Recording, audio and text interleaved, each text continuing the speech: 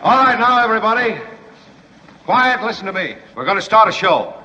Now, some of you people have been with me before. You know it's going to be a tough grind, but we're going to have a show.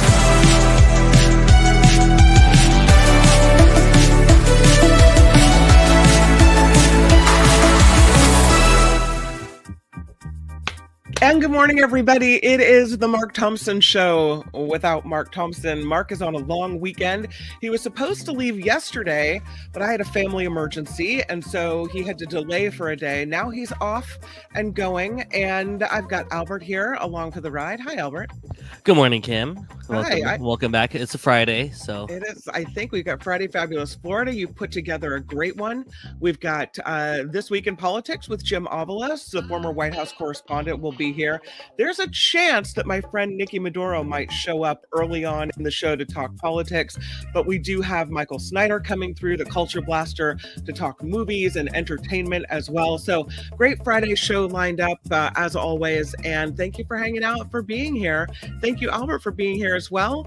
I do want to thank people for the support. Of course, yesterday I wasn't here because my mother, you may have heard, had a small stroke, and she's doing well, and I just really appreciate all the messages of support that people have sent, and overwhelmed by your kindness. So thank you for that.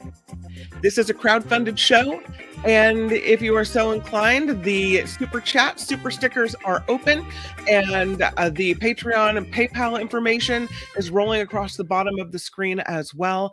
And we count on you to make this show happen, which is increasingly important in this political climate. So thank you for that. Big weekend plans, Albert?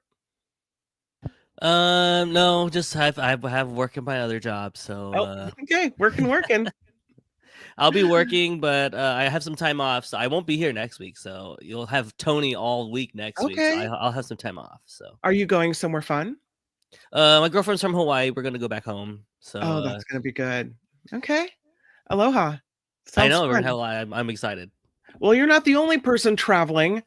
President Trump is on the way to Scotland right now, apparently headed to a tour of his properties in Scotland and his golf clubs in that area. I know. He is spending $10 million of taxpayer money to promote his Scotland golf course. I mean, what are you going to do? That's the way it is. He apparently keeps adding to this tally of money spent on golfing. It's a 5-day trip. It will raise his second-term golf tab to $52 million in just 6 months. $52 million. His security, staying there. It's golf is apparently very expensive for him. His first term, he spent $152 million on golf trips, I guess. Oh, so he's already met that goal already. No, we're only at 52 million right now in just 6 months. But we're really shaping up to beat it, I think. Yeah. So the next several days will cost the American taxpayer $10 million so that Trump can participate in what's being called a marketing photo opportunity at his golf course in Aberdeen, Scotland. And do you think he's putting the money from the profits of the golf club back into the American taxpayers' coffers? No, Albert, he is not. The trip is apparently unrelated to a planned state visit to the UK in September, and that makes it by far the most expensive golf vacation to date in either of his terms, according to the Huffington Post. There's an ethics lawyer that worked in George W. Bush's second-term White House who says that Trump is using the presidency to market his golf courses at the taxpayers' expense. He is promoting himself. This is a man named Richard Painter. He says, we've reached a point where the Oval Office is an extension of the Trump organization, and American taxpayers are footing the bill. A president, he writes, should not be spending time. This is actually with the group Citizens for Responsibility and Ethics in Washington. They say a president should not be spending time trying to make money in a foreign country while in office, but if they do, at the very least, they could pick up the tab for their business trips, but that is not going to happen. And the crazy thing about that is it feels like the least of our problems. It feels like, he's using taxpayer money to fund a golf trip to Aberdeen, Scotland. Okay, what about all the rest? What about the people being, now deportation flights have just begun from so-called alligator Alcatraz in Florida. People are being treated horribly. I mean, it just like the taxpayer issue seems to be the least of our worries. This is what's happening. Have a good time in Scotland. Oh, that's pretty. Is that Scotland? Yeah, it's a reporter standing on the Scottish coast. Yeah, it's yeah. He has more than one golf club in Scotland, and just acquired another. So I think there will be 3 altogether. So maybe we'll be seeing a lot more trips to Scotland. Yeah, I don't know. And they're staying at his hotels and all this stuff. Anytime that he could go to his own hotel and make the, our taxpayers pay to go straight to his businesses, he'll do it. So, meanwhile, here at home, he escapes the ongoing crisis related to the Epstein scandal. And this is not something that's going away. The Justice Department officials met with Ghislaine Maxwell, who, of course, is the co-conspirator, associate, what have you, of Jeffrey Epstein, who's in jail for 20 years. And her lawyer says, listen, she answered every question they asked. She didn't try to use her her ability to take the fifth or duck out of any questions. We don't know what she said. And the Deputy Attorney General, Todd Blanch, says that may be released at a more appropriate time. They met with her again today. Yesterday, the meeting went on for about 5 hours. Yeah, so Todd Blanch says the DOJ will share more information at the appropriate time. So the question was asked today, as Trump headed out to Scotland, will he pardon her? And he said, it's something I haven't thought about. I'm allowed to do it, but it's something I have not thought about. Really? You have not thought about it? Okay. Does anybody buy that at all? Because I'm not buying it at all.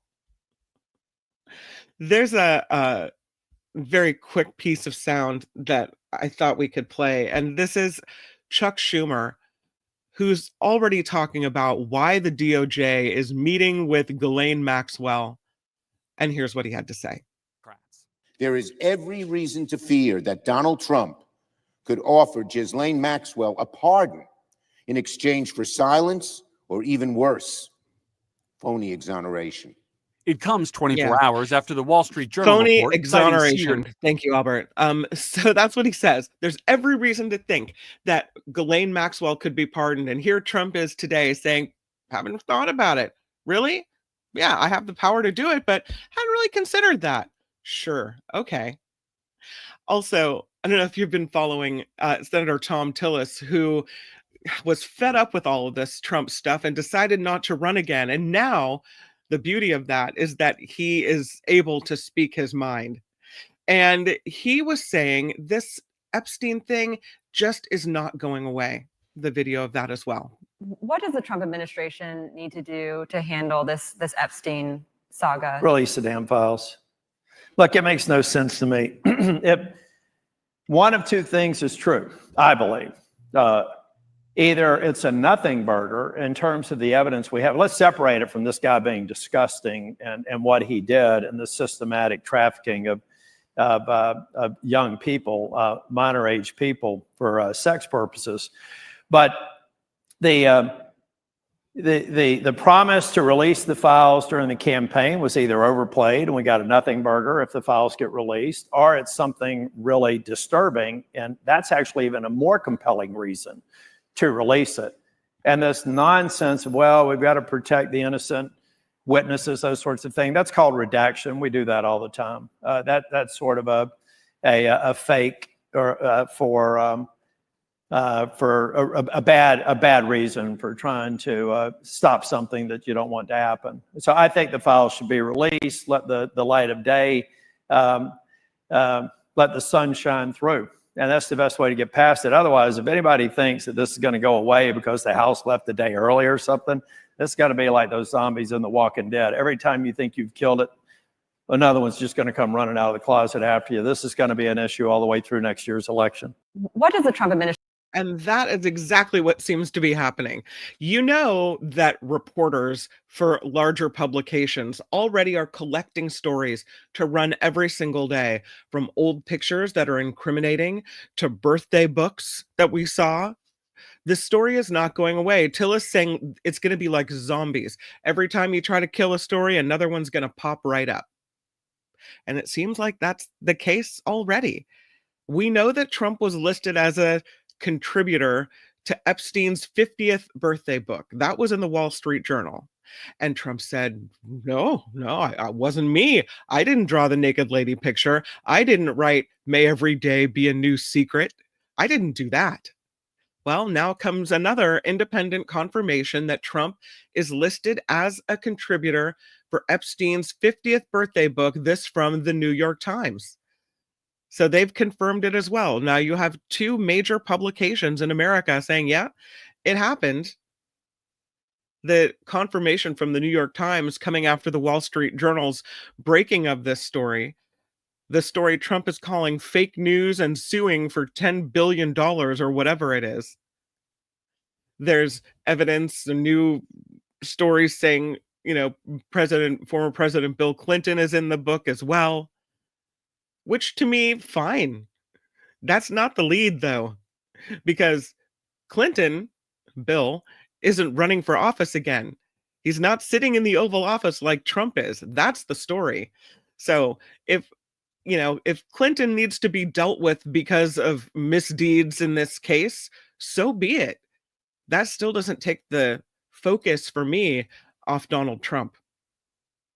Yeah. I think it says a lot that a lot of his, the usual MAGA people who kind of blindly follow whatever he says and whatever he does and always excuse all of his behaviors, they're not excusing this one. And I think it says a lot. So I think this actually might be the beginning. I don't know. I want to say it's the beginning of the end. He has a lot of protections over him, but it feels like it. Well, he can't face any charges for this because he's the president, right? So he could still serve out his term, but I think he'll face a lot of public pressure, and I think it'll be very embarrassing for him. But related to this book, there's an attorney that has represented many of Epstein's clients that spoke to, I believe, Lawrence O'Donnell, and he says, listen, we know exactly where this book is. It would be very easy for lawmakers to get a hold of this. And as Senator Tillis says, let the sun shine through. They don't want the sun to shine through, but it would be easy, he says, for the sun to shine through. Give a listen. Like people want it. It seems like it's being driven by salivating over scandal as opposed to dissemination of the truth. One of the things being the birthday book. I have numerous clients who know of the authenticity and the existence of the birthday book. Of course, it was a birthday book that was given to Jeffrey Epstein on his 50th birthday by Ghislaine Maxwell. Jeffrey Epstein's dead. He has an estate. Everybody who knows anything about the story knows knows the estate exists, and it's being governed by the two executors, Darren Indyke, Jeffrey Epstein's former attorney, Richard Kahn, Jeffrey Epstein's former accountant. Those are the two executors. If somebody simply called them on the phone and said, give us the book, they would probably give you the book. They have attorneys. Their attorneys are good. Their attorneys are good people. If they didn't just voluntarily turn over the book out of fear of reprisal, Congress could issue a subpoena to their attorneys at Patterson or at Troutman. Those are the two law firms. I know those attorneys. They would turn the book over immediately. Nobody would have to guess. There wouldn't need to be a lawsuit. There wouldn't have to wait to be discovery. You would immediately have the answers. You could flip to the page. Is there a letter? Is there not a letter? It's over. The victims then get to move on. But that's not what's happening. And that's why I agreed to come on, because so many of them have called and said, somebody needs to remind them. Real people are being hurt here. The truth matters. Transparency actually matters. Get this over with and get it behind us. I want to go to that book because with your familiarity with evidence against Jeffrey Epstein, which you've collected a lot of through the discovery process, what do you know specifically about that book? Do you know that the estate, the relatives of Jeffrey Epstein, in effect through their lawyers, are in possession of that birthday book? Yes, I know that the executors of the estate are in possession of that book. And I think that after they turn it over, it should probably be set in the Smithsonian as an artifact at this point in time. It's going to go down in history so that the world can see this book, and they'll know who were Jeffrey Epstein's best friends at the time. What letters did his family write to him? What other pictures are in there? Things of that nature. Redact victim names, release the book, and move on. So That's yeah, it. Yes. so, Thank you so- very much, Albert. So I you've appreciate just that. identified not just for the news. Yeah, that's attorney Bradley Edwards, who represented more than one of Epstein's victims on MSNBC's Last Word. So he says, listen, we know right where the book is, and Congress could subpoena the estate of Jeffrey Epstein and immediately let the sun shine through, right? Let's take a look at it. Let's put it into evidence so the American people can see what's going on.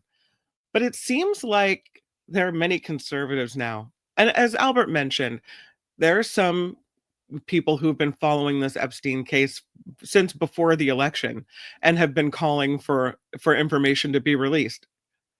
But a lot of conservatives seem to be looking away. And stations, channels, networks that are typically conservative, like Fox, they're not really talking as much about Epstein as we are. They don't seem to care that much. And James Carville was on with Waters on Fox, and he had this to say.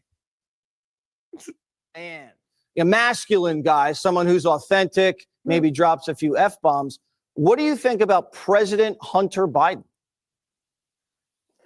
Oh, look, I mean, you know, everybody in the world is talking about Epstein, and Fox is still talking about Biden's memory. I mean, I so long ago, I can't even remember it, to tell you the truth, Jesse. Well, do you want to talk about Epstein? Do you? I don't mind. Yeah. That's all I wanted to show you. I just think that is very interesting that James Carville had to come on and bring up Epstein, because Fox wants to talk about anything but that. And I can understand why, you know, when their savior in chief is being dinged by this scandal. And as mentioned, zombies are popping up at every turn. So that's the latest with the Epstein scandal, with Trump saying he hadn't really thought about the possibility of pardoning Ghislaine Maxwell. We're going to keep our finger on this, though. I will ask Jim Avila his thoughts about it when he comes on in just a few minutes. Meanwhile, I don't know if you saw this video. I was kind of disturbed by it. Did you see this, Albert? Trump was on a tour of the new construction with Jerome Powell over at the Federal Reserve. And he brought up some numbers saying that the costs were greater than the estimates. And Powell corrected Trump right there at the scene, didn't let him get away with anything. It's funny that you would try to pull over numbers on a numbers guy, right?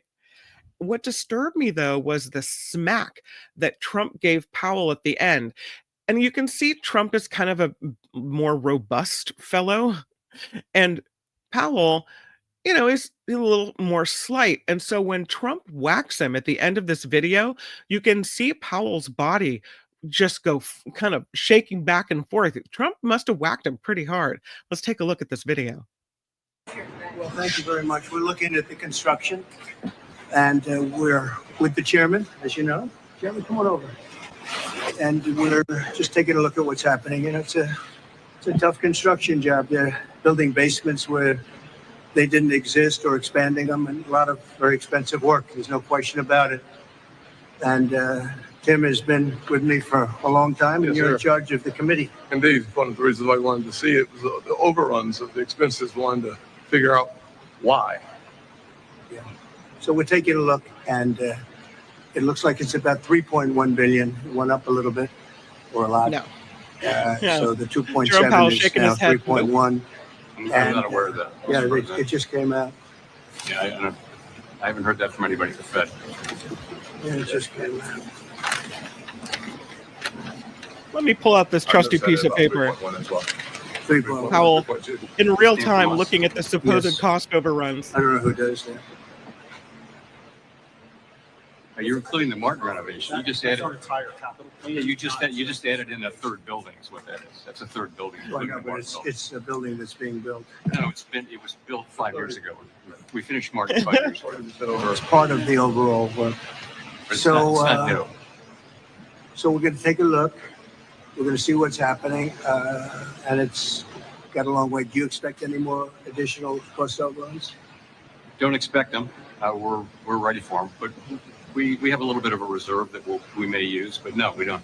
Expect to be finished in 2027. We're well along, as you can see. Nice to take these off every once in a while when we're not under too much danger. So, any questions? Mr. President, does the issue give you any? As a real estate developer, what would you do with a project manager who would be over budget? Generally speaking, what would I do? I'd fire them. Do you think this issue, Mr. President, gives you cause to do that? Well, I'm here just really with the chairman. He's showing us around, showing us the work. And so I don't want to get that. I don't want to be personal. I just would like to see it get finished. And in many ways, it's too bad it started. But it did start. And it's been under construction for a long time. It's going to be a real long time because it looks like it's got a long way to go. Yes, sir. So. President, are there things the chairman can say to you today that would make you back off some of the earlier criticism? Well, I'd love him to lower interest rates. But other than that, what can I tell you? The country is doing really well. I just briefed the chairman on the deal we made with Japan. Japan is putting up $550 billion in order to lower their tariffs a little bit. That way they have a little bit lower tariff. And they also opened their country to free trade, which nobody thought was even a possibility. And we get a zero tariff in the free trade. We don't pay tariffs, and they're going to pay 15% on everything they send into our country. So it's great. But they put up, as you could call it, seed money. Let's call it seed money. You could call it anything you want, but it's it's a total of $550 billion. So nobody thought any of that was possible, and it's wonderful. And we're doing pretty well with the European Union, likewise. And we have some others. They're all really big, and our country's going to make a lot of money. We would be helped if interest rates would come down, but we're going to see how the board rules on that soon. I'd love to see them come down a lot. But we have a country that's thriving. We had a dead country 1 year ago. Today, we have the hottest country anywhere in the world. No, we really don't. No, we really don't. 90 deals in 90 days have not happened. Just because you made a deal with the UK and Japan doesn't mean that all the deals are coming through or that they're even in America's best interest. So I don't know, it just looked like Jerome Powell felt really uncomfortable in that meeting. But I love that he called Trump out. Like you're talking about money for a third building that was built 5 years ago. This is nothing to do with it. And I saw in the chat someone saying those questions from reporters seem to be fed to Trump. Absolutely. Yeah, they had some very friendly so-called reporters there that weren't really asking real questions. They were setting him up for answers or for information that he felt he wanted to give. So really interesting. He's called Powell a numbskull. He has threatened to fire Powell. So I'm sure it wasn't the most comfortable of meetings, the most easygoing time. Yeah. So again, if you didn't hear the video, Trump says it's about 3.1 billion that it went up. And you saw Powell there looking really irritated, shaking his head, closing his eyes, looking at the paper himself. He's saying the new figure included cost of renovations for a different federal office called the Martin Building that was actually renovated 5 years ago. It's not new information, and it doesn't have anything to do with a current renovation of the building that they were touring. And Trump saying, again, asked by a so-called reporter, what would you do if a project manager on one of your buildings went over budget? And Trump saying, I'd fire him, right? Yeah. Gosh, those tariffs seemed like a long time ago when he had that big board and he was threatening all the countries. I feel it's so long ago already, but I think that was just a couple months ago. God, the whole, what is, I don't know, how many months are we into this now? 6 months into this presidency? It feels like it's been years. Yeah, I feel like there's a new chapter, there's a new distraction, there's a new different thing. It's the Iran stuff, it's the immigration, it's the deporting, it's It's It's everything. the You know, Epstein now, so it's been a roller coaster. you know how they say, or it's evidence that when a president goes into office, they come out looking old because of the stress and pressure of the job. I feel like after 6 months, it's us, the American public, that's looking old. Like we're the ones feeling the stress and pressure of this. I think We're- the most famous picture is like the Obama pics, because he looked like a Mhm. young and spry guy, Exactly. 2008, and he's coming out looking very rough. So, Well, but that's Trump- us this time. Trump, yeah, that's us this time. Trump went in old. He, I don't know how much pressure he just seems to kind of skip through everything. But I mean, I his think businesses are thriving. I'm sure Yeah. he's making some behind closed doors deals, and he's playing golf. He's gonna get 5 days in Scotland, home of gonna- golf. gonna be great. No problem at all. And he's able to take out his retribution on all the people that he feels has wronged him along the way. Speaking of Barack Obama, Albert, thank you for bringing him up, because that includes Barack Obama and Tulsi Gabbard. She's coming for President Barack Obama. Some kind of distraction, perhaps, from the Epstein case. I don't know. But we already know that what they accuse other people of doing, it seems very likely it's something that they have done himself. And in this case, they're worried about election integrity. I would ask Tulsi Gabbard, if you're so worried about the integrity of elections in America and upholding the voice of the American people, then why aren't you concerned about January 6th? And why aren't you concerned about the fake electors? Really? You're going back to Barack Obama? Okay. Tell me the story about how you found this evidence. Was, as you know, Jesse, the integrity of our democratic republic, of our elections, is of paramount importance to the American people. Knowing what had occurred previously, the things, this Russia hoax thing that was called a conspiracy, I wanted to get to the bottom of the truth of what actually happened here. This was obviously important to President Trump, but again, is an issue of importance to every single American in this country and the future of our country as a republic. So shortly after coming into this position as Director of National Intelligence, I formed a special team to investigate this issue. I got to tell you, it wasn't easy. There were a lot of deep state obstacles that exist still within the intelligence community. But ultimately, we had a whistleblower who came forward that brought some critical pieces to this story. And we were able to discover these documents and find these documents that really pointed to President Obama directing his national security leaders in James Clapper and John Brennan to manufacture this January 2017 intelligence community assessment. The investigation that I led at ODNI that we released last week, Friday, provided a lot of those foundational building blocks and proof for what we know happened.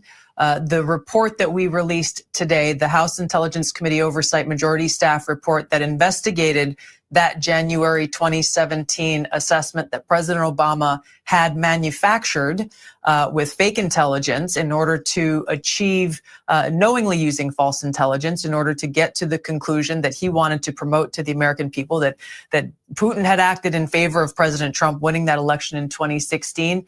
The report we released today, line by line, goes through it, dissecting and debunking the knowing falsehoods and lies that were included in that assessment, with the specific intent to undermine the legitimacy of President Trump, to subvert the will of the American people who had just voted to elect Donald Trump in 2016, and to, in essence, launch this years-long coup against President Trump that lasted throughout the 4 years of his administration back in 2016. You mentioned, Director, that there's, I guess, deep state actors who are still trying to prevent the truth from coming out. What do you mean by that? There are still people, won't surprise you, within the intelligence community who don't want this information to see the light of day. Some of them may be implicated in the crafting of it. Others are concerned about people being embarrassed. Others are concerned about accountability and what else we will discover as we continue down this path towards the truth and bringing about accountability for the American people. That's really what this is all about, and why it does such a disservice. I was standing there in the White House press briefing room and hearing some of these crazy questions being asked by members of the media who are trying to distract and deflect away from the historic expose that we have brought forward, that once again puts into question the American people's ability to trust the integrity of our democratic republic. And the reason why that is, and it's similar to the deep state actors who have been trying to stop us from releasing this, is that we have members of the media who were complicit in this from the very beginning, who were leaked early copies of this, or at least lines from this January 2017 Obama manufactured intelligence assessment. They printed what they were fed. People like Ellen Nakashima from the Washington Post, who, by the way, went on to win a Pulitzer Prize because for years she was so good at lying and not telling the truth to the American people. She's wrong. She's. Does anyone believe her? Do you guys believe her? I mean, first of all, I can't get over the fact that she looks like Cruella de Vil. But aside from that, does anyone believe her? When Marco Rubio looked into it already and years ago and said, nope, nothing like this. And here she is talking about deep state actors and members of the media being complicit. It serves two purposes here. To sully the reputation of Barack Obama, because President Trump has always had it out for him, and as a distraction from Epstein. That's what it looks like to me. Does anyone else see anything different here? It's a blatant distraction. Like it's a blatant distraction. Like, That's exactly it's obvious. what it is. It's very obvious. And the problem with this is that now these conspiracy theorists, QAnon, crazy wackos like Tulsi Gabbard have the power to do something like this, launching a strike force, is what she's calling it, a strike force to investigate the Obama administration officials related to the election in 2016. She says she's got these damning new documents related to this matter, that Obama somehow tried to sabotage Trump and suppressed evidence that showed that there was no collusion between Trump and Russia. Now they say they want to hold Barack Obama accountable. President accusing a former president of treason. You know, we know who the treasonous guy is, right? Trump behind January 6th, behind fake electors. Could that be considered more treasonous if you're going to throw that word around? And I know it's the wrong word to use in the situation, in any of these situations, but okay, you want to use that word? Where is it more applicable? Attorney General Pam Bondi issues a statement saying the DOJ is proud to work with Tulsi Gabbard on the matter. I'm sure you are. Obama had his team issue a statement, very rare. He says he tries to respect the power of the presidency. You don't want, former presidents coming out and undermining what the current president is trying to do. That's traditional. The outgoing guy, because it's always been a guy, doesn't try to undermine the new guy. But this is a bridge too far. So Obama's saying the allegations being made against him are outrageous. They are bizarre. They are a weak attempt, as Albert says, at distraction, and we all know it. And meanwhile, you have U.S. officials that could be doing real work, spinning their wheels, throwing around these crazy allegations. Why? So that we don't pay attention to Epstein? Well, we led with Epstein because we know what that's about. Trump checking out, headed to Scotland on a taxpayer-funded trip, trying to get away from the zombies that keep popping up at every turn. I don't know. This is a bad look. Meanwhile, related to this story, Republicans are backing the call by Lindsey Graham and Cornyn for now a special counsel to investigate Barack Obama. So they're truly moving forward with this ridiculousness. There are Republicans that are now offering support to this move by Senators Lindsey Graham and John Cornyn to get a special counsel appointed to investigate Obama and anything hinky they think that may have happened in the 2016 election. A special counsel. Okay. Josh Hawley said of this, it's like drip, drip, drip. This kind of thing, he said, has been coming out for years now, and what's frustrating is there's been no accountability for it. My fear, because we know there's no evidence and we know this didn't happen, is that they'll somehow try to there they are, conspiring together. Let's just get a special counsel to investigate Barack Obama. Yeah, let's get a special counsel. Let's have a formal investigation. You can hear the conversation playing out. Okay, let's waste time on this. Let's try to distract America with this. And there will be people that fall for this, that think that there's any real story here. Yeah. It'll cost the American taxpayer, again, lots of money to spin their wheels in some type of strike force and special counsel investigations that will take us nowhere. But it'll be a great news story when Trump wants to point out, today the special counsel said this. Sure. Who do you think the special counsel will be? Very frustrating. So frustrating, as a matter of fact, that I'm ready for a little levity. What do you say, Albert, that we take a little trip to Florida for Friday Fabulous Florida? Let's do it. Yeah. This is Friday Fabulous Florida. It's time for Friday Fabulous Florida. There is a gigantic alligator in my kitchen. A look at the weirdest stories from our weirdest state. And the first story we have on the list today is a ChuckECheese mascot busted for debit card theft in Florida. Police allege the costumed ChuckECheese worker resisted arrest. It was a bad scene at the ChuckECheese. This worker dressed up in a ChuckECheese suit at the kid-friendly pizza place. Oh no, ChuckECheese is being arrested. He was arrested at one of the franchises, the ChuckECheese franchises in Tallahassee, Florida. Taken into custody on larceny charges, hauled out of the restaurant in handcuffs as kids were looking on. Why is ChuckECheese being arrested, Mommy? That's an all-time photo. Like, this is just a great. You can see the kids in the back, the hands behind his back, and it's just an all-time photo. Of course, it took like 2 seconds before this image was posted on social media. The suspect is 41-year-old Jermel Giroux Jones of Tallahassee. He was dressed, as you can see from the photo, head to toe in the ChuckECheese costume when police came into the restaurant at about 7:30 in the evening. So that's still pretty big dinner hour, right? And confronted him, according to the arrest report from Tallahassee. The officer says, I grabbed his right arm while giving the verbal instruction, Chucky, come with me, Chucky. He said the man in the mascot costume initially resisted arrest. Oh, there he is. Yeah, he has kind of a blank stare. I'm going to give him a 6. What do you give him, Albert?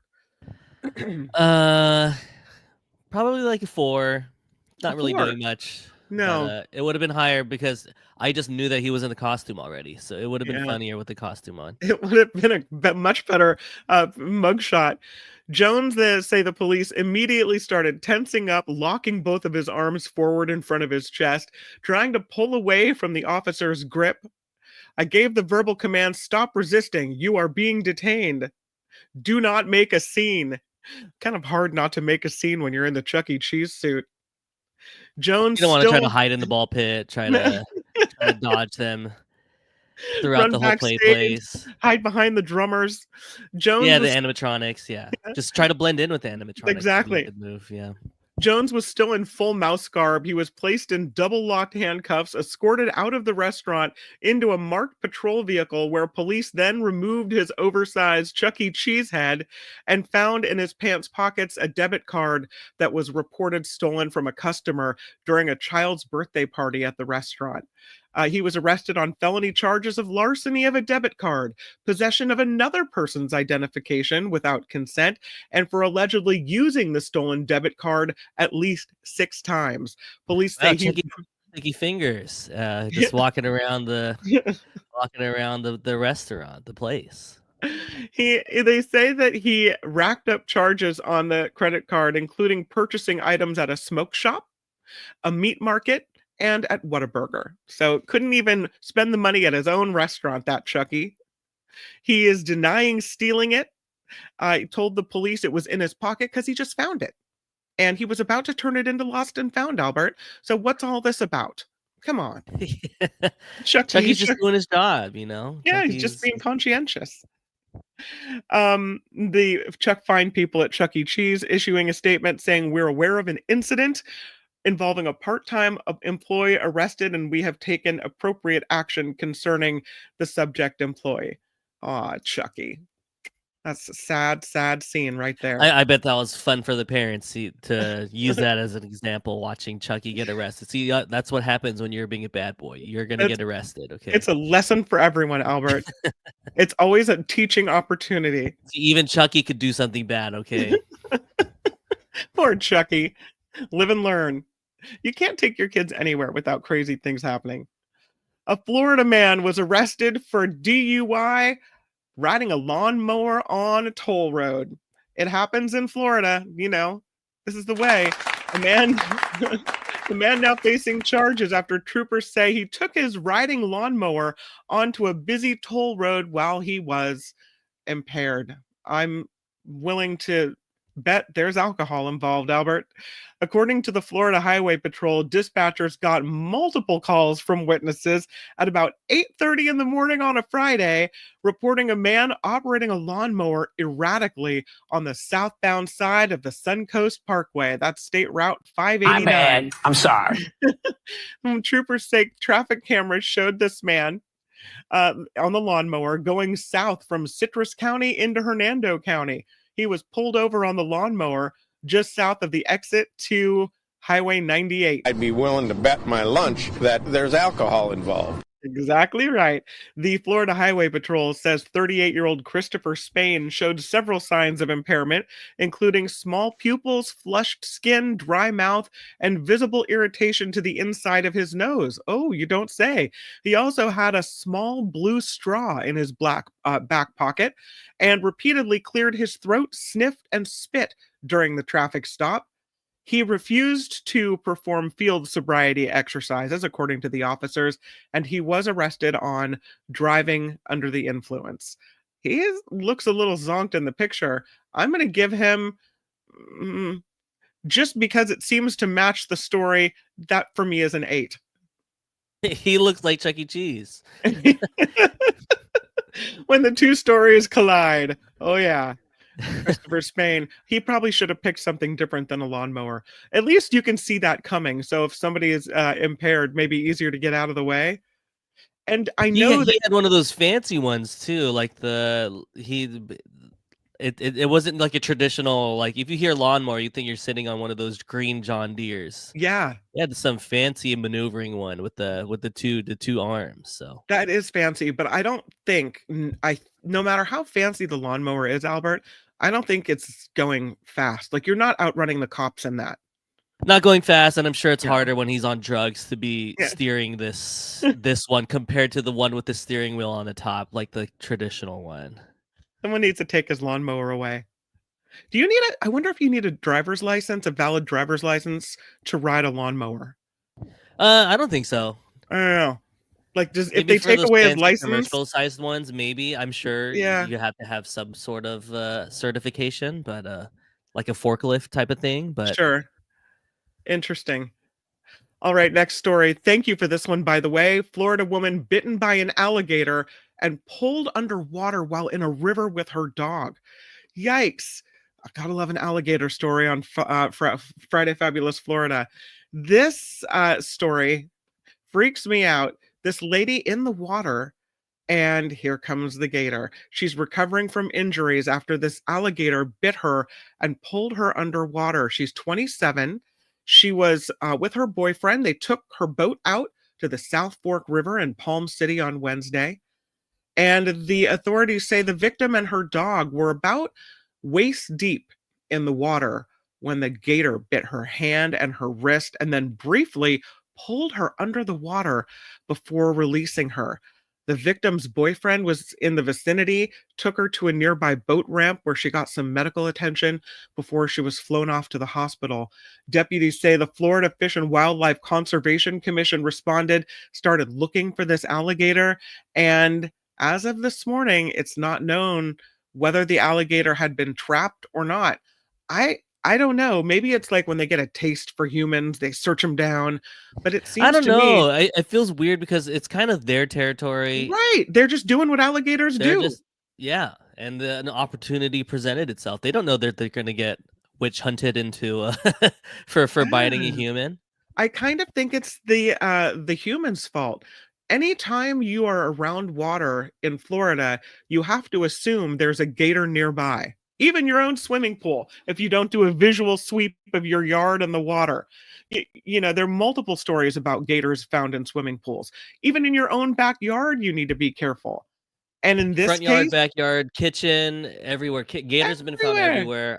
So I've been she's in finding a- stories for years. So she's in a river. What do you think is going to happen in a river?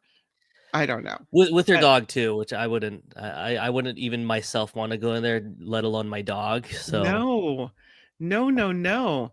Well, I I appreciate wouldn't have included this if this was a fatal story, but she did make it out alive. She was she was flown out to a hospital. Medevac. So. Yeah, got a little treatment for the gator bite, and probably won't be waist deep in river water in Florida again anytime soon. All right, let's go back over the stories because now we've got to pick a favorite, Albert. Here's what we have. We have ChuckECheese busted for alleged debit card theft at a Tallahassee ChuckECheese restaurant. We have our friend, the Florida man, arrested for a DUI on a lawnmower on a toll road. And we have a Florida woman bitten by an alligator, pulled underwater while in a river with her dog. And your favorite would be, Albert?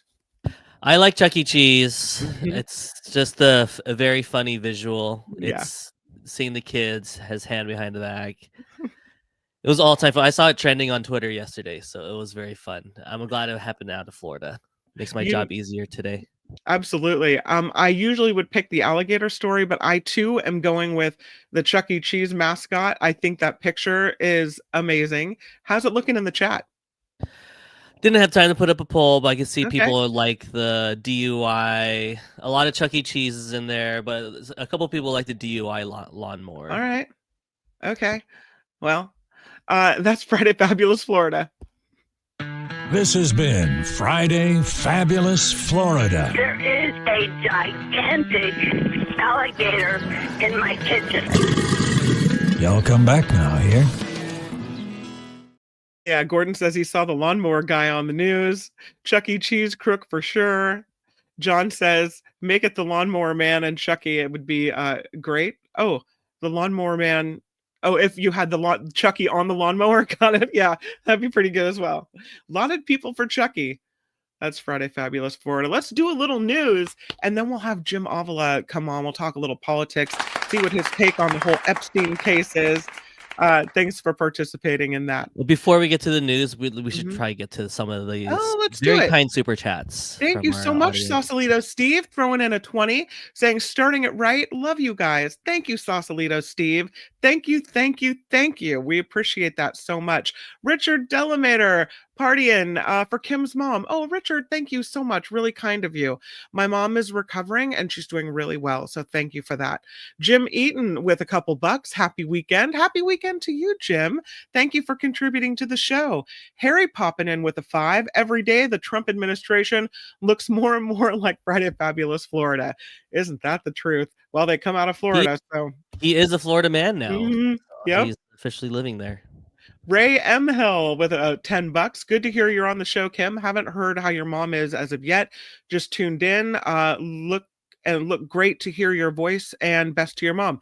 Thank you, Ray. She's doing well. It was a mild stroke and it affected her language. So she's having a little trouble coming up with words, but every day she's better. This just happened, a day and a half ago. So it's still pretty fresh and she's doing well. So I really appreciate that. Thank you for the kind words and for the contribution to the show. Really, thank you. Pamela Kirby with 10. South Park was delicious last night. Ooh, delicious. Those guys who create it have no sacred cows. Anyone can be mocked. Everyone can be mocked. Yes, Pamela. Yeah, a lot of the right-winger MAGA people are complaining that they never do. No, they are equal treatment for Yes. everybody. I've been watching South Park for years. They get everyone. They call out everyone. So I was reading an analysis of it last night, like an opinion piece, that they called the show a cultural touchstone. That if something makes it onto the show, right, it's because it's kind of big in our natural subconscious, whatever. And that this story was going on about how they managed to get the male member, you could say, Trump's male member, onto the show. And at first, the network wanted to blur the package. We'll call it the package, the tiny little package of Trump. And the South Park creator said, nope, no, you can't blur it. And they said, all right, put googly eyes on it. If you put googly eyes on it, it becomes a character. And then we don't have to blur it. And they were laughing because they said that this whole thing of going back and forth about the package had them making grown-ups talk about the male member for 4 days in a series of messages back and forth. And that's what they did. They put googly eyes on the tiny little package. So, and South Park makes these episodes weekly. It's not like they pre-plan and do this ahead of time. Every week and before every new episode, they come up with a brand new storyboard and all the paper art that they do. Mm-hmm. So it's very live and it's very up to date with everything going on. So I can't wait to see what will happen in the next few weeks. I guess they took a hiatus and they hadn't been on for a while. And this is, they're screaming right back into these episodes, with this being the premiere episode. Yeah, so they moved to Paramount Plus, and then they got the new deal. So then I think they took some time off with that deal, and they had their own side projects. This is the Trey Parker and I forgot the other guy, but they've done they've done Book of Mormon. Yeah. People forget that they've done a lot throughout their career, so they're doing a lot more than just South Park. Yeah, well, we're all talking about this one, so it's crazy. Let's do a little news. Can we do some news? And thank you to everyone for contributing to the show. Really appreciate that. And for all the kind words and nice messages. Let's jump into news and get that done before we have Jim Avila come through. Otherwise, I probably won't be able to get to it. There it is.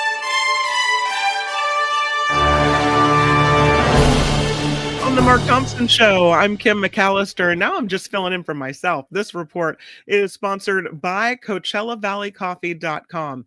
If you haven't tried the tea, if you have not tried the Clarity Blend with coffee with mushrooms so that, our brain is more clear, oh boy, you're really going to love it. As mentioned, President Trump is on his way to Scotland. The White House saying it's a private 4-day trip. Trump reportedly plans to visit 2 of his golf resorts and meet the First Minister of Scotland. The president will also sit down with British Prime Minister Keir Starmer, as it's his first trip to the UK since his re-election. Ghislaine Maxwell's second prison visit from the Department of Justice is over. Deputy Attorney General Todd Blanch has not released any of the transcripts after again meeting with Epstein's accomplice in Florida. Before leaving for Scotland today, Trump was asked whether Maxwell could be trusted and would only say that Blanch was up to the job. This comes as the Trump administration continues to face pressure from both sides of the aisle to release any and all files connected with that convicted sex offender. Police say there is a suspect still at large after a fatal shooting on the University of New Mexico campus. 2 people were shot at a student housing complex. One of them died, one of them wounded, and the investigation there is still underway. Torrential rainfall slamming areas of Kansas and Missouri today. The widespread flash flooding is happening across a 1,000-mile stretch, with Kansas City hit particularly hard. Already there are reports in Kansas City of cars submerged in rising waters across that area. Given everything that happened in Texas and the pictures and the horrible stories that we saw come out of Texas that have this type of flooding going on in Kansas City and region across parts of America is pretty scary. The next story I have for you is about deportations finally starting up at Alligator Alcatraz, this so-called detention center in Florida. Florida Governor Ron DeSantis confirming deportation flights have started to take off from the immigration detention facility located in the Everglades. DeSantis dismissing claims of poor conditions at the center, chiding reporters for accepting the word of what he called criminal aliens. The deportation flights are part of President Trump's sweeping immigration agenda. Does anyone believe that it's a fun time at so-called Alligator Alcatraz? Yeah, I'll take the word of the people that are there. Foreign countries can resume dropping aid into the Gaza Strip area. This, according to the Jerusalem Post, the Israeli military is allowing Jordan and the UAE to resume airdropping aid packages. More than 100 aid groups have warned Gaza is on the brink of starvation. And if you've seen the pictures coming out of this region, really heartbreaking. Today, Trump gave a bleak outlook for the region, saying Hamas's unwillingness to agree to a ceasefire agreement means Israel will have to finish the job. That is what Trump said. And meanwhile, U.S. personnel there to negotiate some type of ceasefire are on the way back to America without a deal in place. Right now, Tony may be getting to meet George Lucas. What? Because legendary filmmaker George Lucas is making his first ever San Diego Comic-Con appearance this weekend. He'll help close out the convention with a panel in the famous Hall H to preview the Lucas Museum of Narrative Art that is expected to open next year in Los Angeles. Although Lucas has never appeared at one of the world's largest fan gatherings, Star Wars made one of its earliest public promotional appearances at this event in 1976. San Diego Comic-Con runs through Sunday, which is when attendees might be able to catch George Lucas. That's going to be so many people trying to pack into there to see him. There is never been anything like this. There is a video captured by a Ring camera at a house in Compton, California that is going viral online. It shows what appears to be a small gray creature walking by a woman's home in the middle of the night.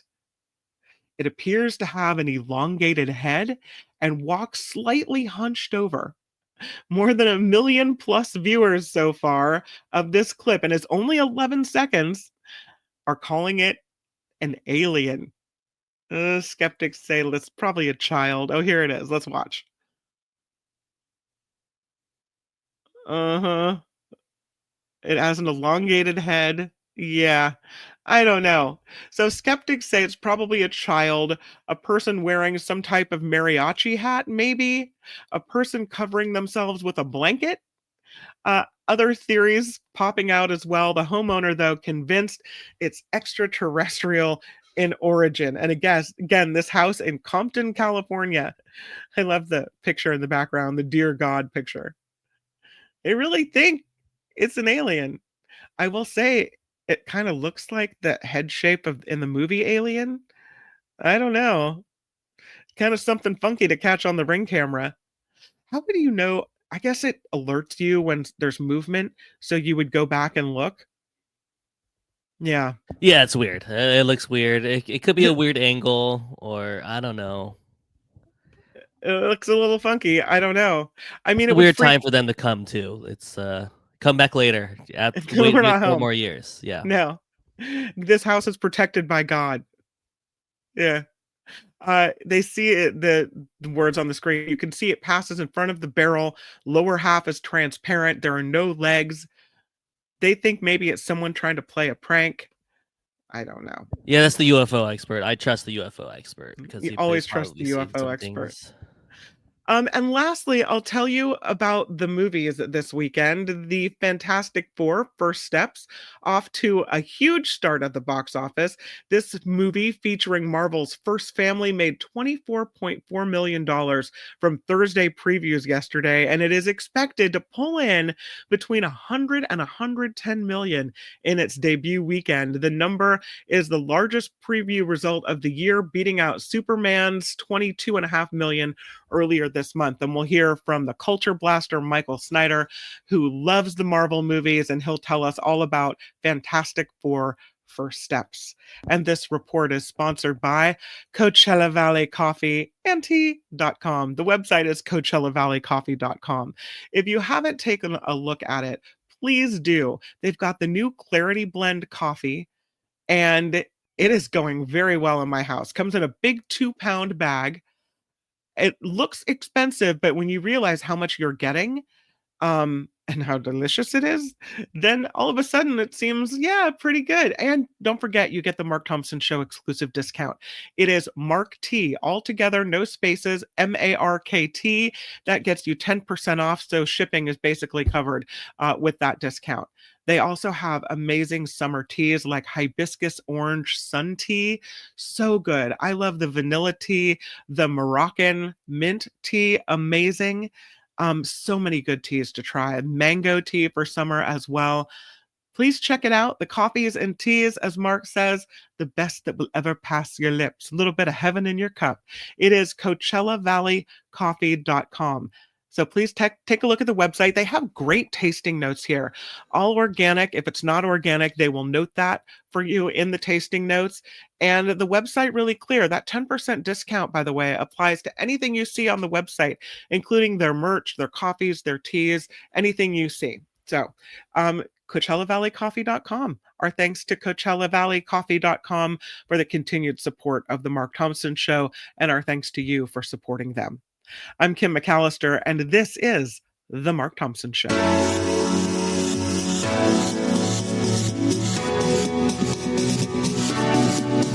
The Mark Thompson Show. Smash it with your iron rod. Who's Mark Thompson? Hey, which one of you is Mark Thompson? What he's got going here is a situation. It's unbelievably offensive. Put up your pants, my man. Pull up those pants. Ralph Nader just sent me a book. Did he send you one too? I offer this sincere apology to you today. Everything is going extremely well. Call me a liar. Know what you call him? You, sir, are a liar. You are a cover-up artist, and you are a liar.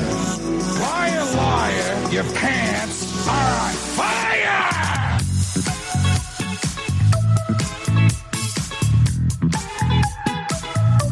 Google told me. Can you let him finish, sir? It was wrong, it was stupid, and I'm trying to be a better person. No, no, no. I'm going to tell you what I think. What are the porn stars doing? Do you have a secret now? Isn't anybody but a weed? 100% effective, how about that?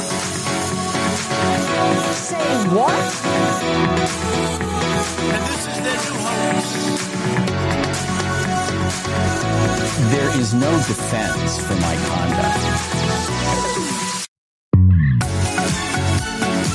I misspoke. I stand corrected. And I wanted to apologize to the Asian community, the Asian American community.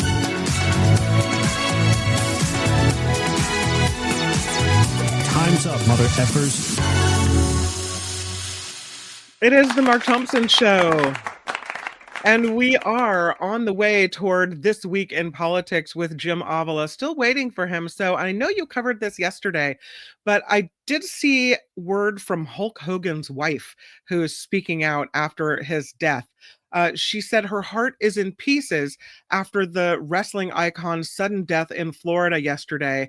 She did an Instagram post that revealed Hulk Hogan had been dealing with health issues, but that he believed he would recover from them. The Clearwater police say Hogan, whose real name is Terry Bollea, suffered a medical emergency in his home. He was pronounced dead at a hospital a short time later. And they say fans around the world are mourning the loss of Hogan, who helped bring professional wrestling into the mainstream. And I think that's true, Albert. There are probably a lot of people who are wrestling fans that are sad about this death, but I look at him and see what he did with Trump and how, you know, he brought the wrestling community into the fold with his antics like you see here. And I don't have fond feelings for Hulk Hogan. Rest in peace, Hulk Hogan. But yeah, his post career has been kind of interesting with the remarks on Twitter and the racism that he was displaying, and he got in a huge controversy as well after his time in WWE with some stuff coming out too. But still a wrestling icon. Yeah. Obviously he's a wrestler. He's not he doesn't really know politics. He does look like a MAGA guy, so I wasn't too surprised. Yeah, it's true. But yeah, Speaking it's of still sad. A cardiac arrest, I think. cardiac arrest, yeah. Speaking of celebrities who have died, they're trying to name an airport after Ozzy Osbourne in the UK. In Birmingham, England, the airport could be Ozzy Osbourne Airport. There's now a petition on change.org trying to rename Birmingham International Airport after the Prince of Darkness. He died this week at the age of 76 as well. The petition was started by a man who admitted that he is a metalhead and co-hosts the podcast. He said there's no word from officials if renaming Birmingham International is really being considered, but he's got this petition going, trying to get this done. Can you imagine? Where are you landing? Ozzy Osbourne International. Yeah. I know Canada has their own weird little airport codes. They all start with Y. They even have one in Toronto is YYZ, and that's I think that's a shout out to Rush, another band too. Okay, cool. Good airport knowledge. It's kind of on par and online with that. So that'd be really cool. I think it'd be cool too if they did. Hopefully they don't lose as many bags at that airport than they do at London Heathrow, which I think is like the worst airport for bag handling. They always lose everyone's bags. Speaking of that, should we do a Stories from the Sky? We've been sitting on this one for a couple of days. Yes, we should. We could do that, and then I'll let you know when Jim gets All right, it. let's start it. This is Stories from the Sky. We have clearance, Clarence. Roger. What's our vector, Victor? Enough is enough! I have had it with these monkey-fighting snakes on this Monday to Friday plane! Everybody strap in! Well, this is a little bit concerning. I don't know if you're concerned about this, Albert, but apparently airline security may be at risk with Kristi Noem in charge of Homeland Security. Are we at all concerned about this? She's changing security rules, putting safety on the back burner, perhaps. She wants to change the rules around the amount of liquid that you're allowed to bring through the checkpoints. She said, hopefully, the future of an airport where she's looking to go, she says, is that you walk in the door with your carry-on suitcase, you walk through a scanner, you go right to your flight, that it should take just 1 minute to get to the gate. She said you should just be able to walk through their screeners, their scanners, and go right to your flight. Is this another effort to roll us back to whatever bygone era where security wasn't an issue? Because 9/11 stuff. Right, 9/11 happened and everything changed, and the world will never be the same. I don't think we can just go back to the days where you roll on through and everything's just fine. She said this at a national summit. Kristi Noem, Department of Homeland Security leader, is saying the changes could be coming to the size of liquid containers that are allowed for passengers boarding flights in the United States. The next big announcement, she says, is what size your liquids need to be. That she's looking at now the scanners, and that also people are going to be allowed to keep their shoes on while passing through TSA screening. I think that will actually become a thing. I think that is happening. That put in place, but the liquid thing, I don't know. That's kind of with the 9/11 stuff. It's kind of iffy, and also like people get crazy at the airport, and a lot of times they are intoxicated. So I feel like there's a lot of times if you're increasing the size, you're increasing the size of all liquids. So right, it's true. Tread carefully.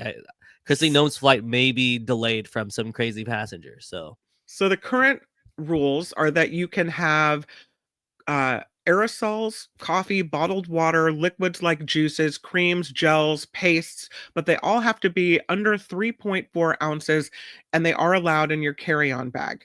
But they have to be that size. Otherwise, they have a garbage can right at security checkpoint. They'll make you throw it away. But she says she's working with different companies on technologies and competitive bids on what they'll do. And she says it's not anything she'll be announcing in the next week or so, but they're going to try to make the traveling experience much better and more hospitable for people while still keeping safety standards. The whole testing of the shoes thing, okay.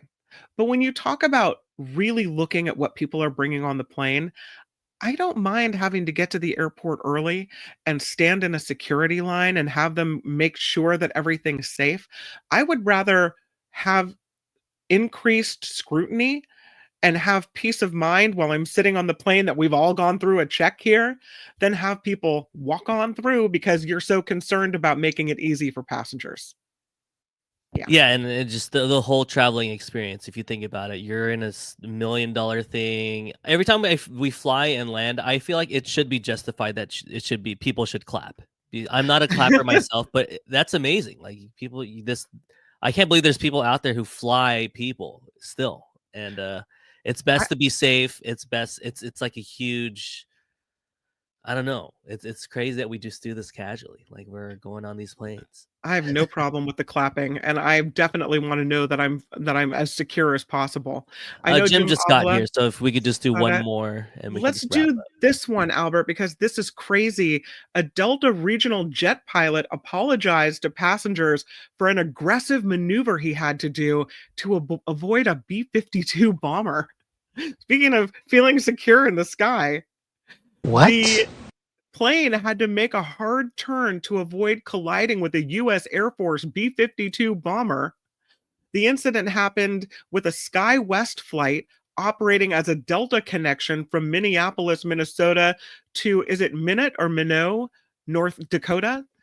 That's right, but those SkyWest aircraft. So luckily, SkyWest is a regional plane, so it's a smaller aircraft with less passengers. So I'm sure a crazy maneuver is kind of easier for him in that than like if you're traveling with like a 777.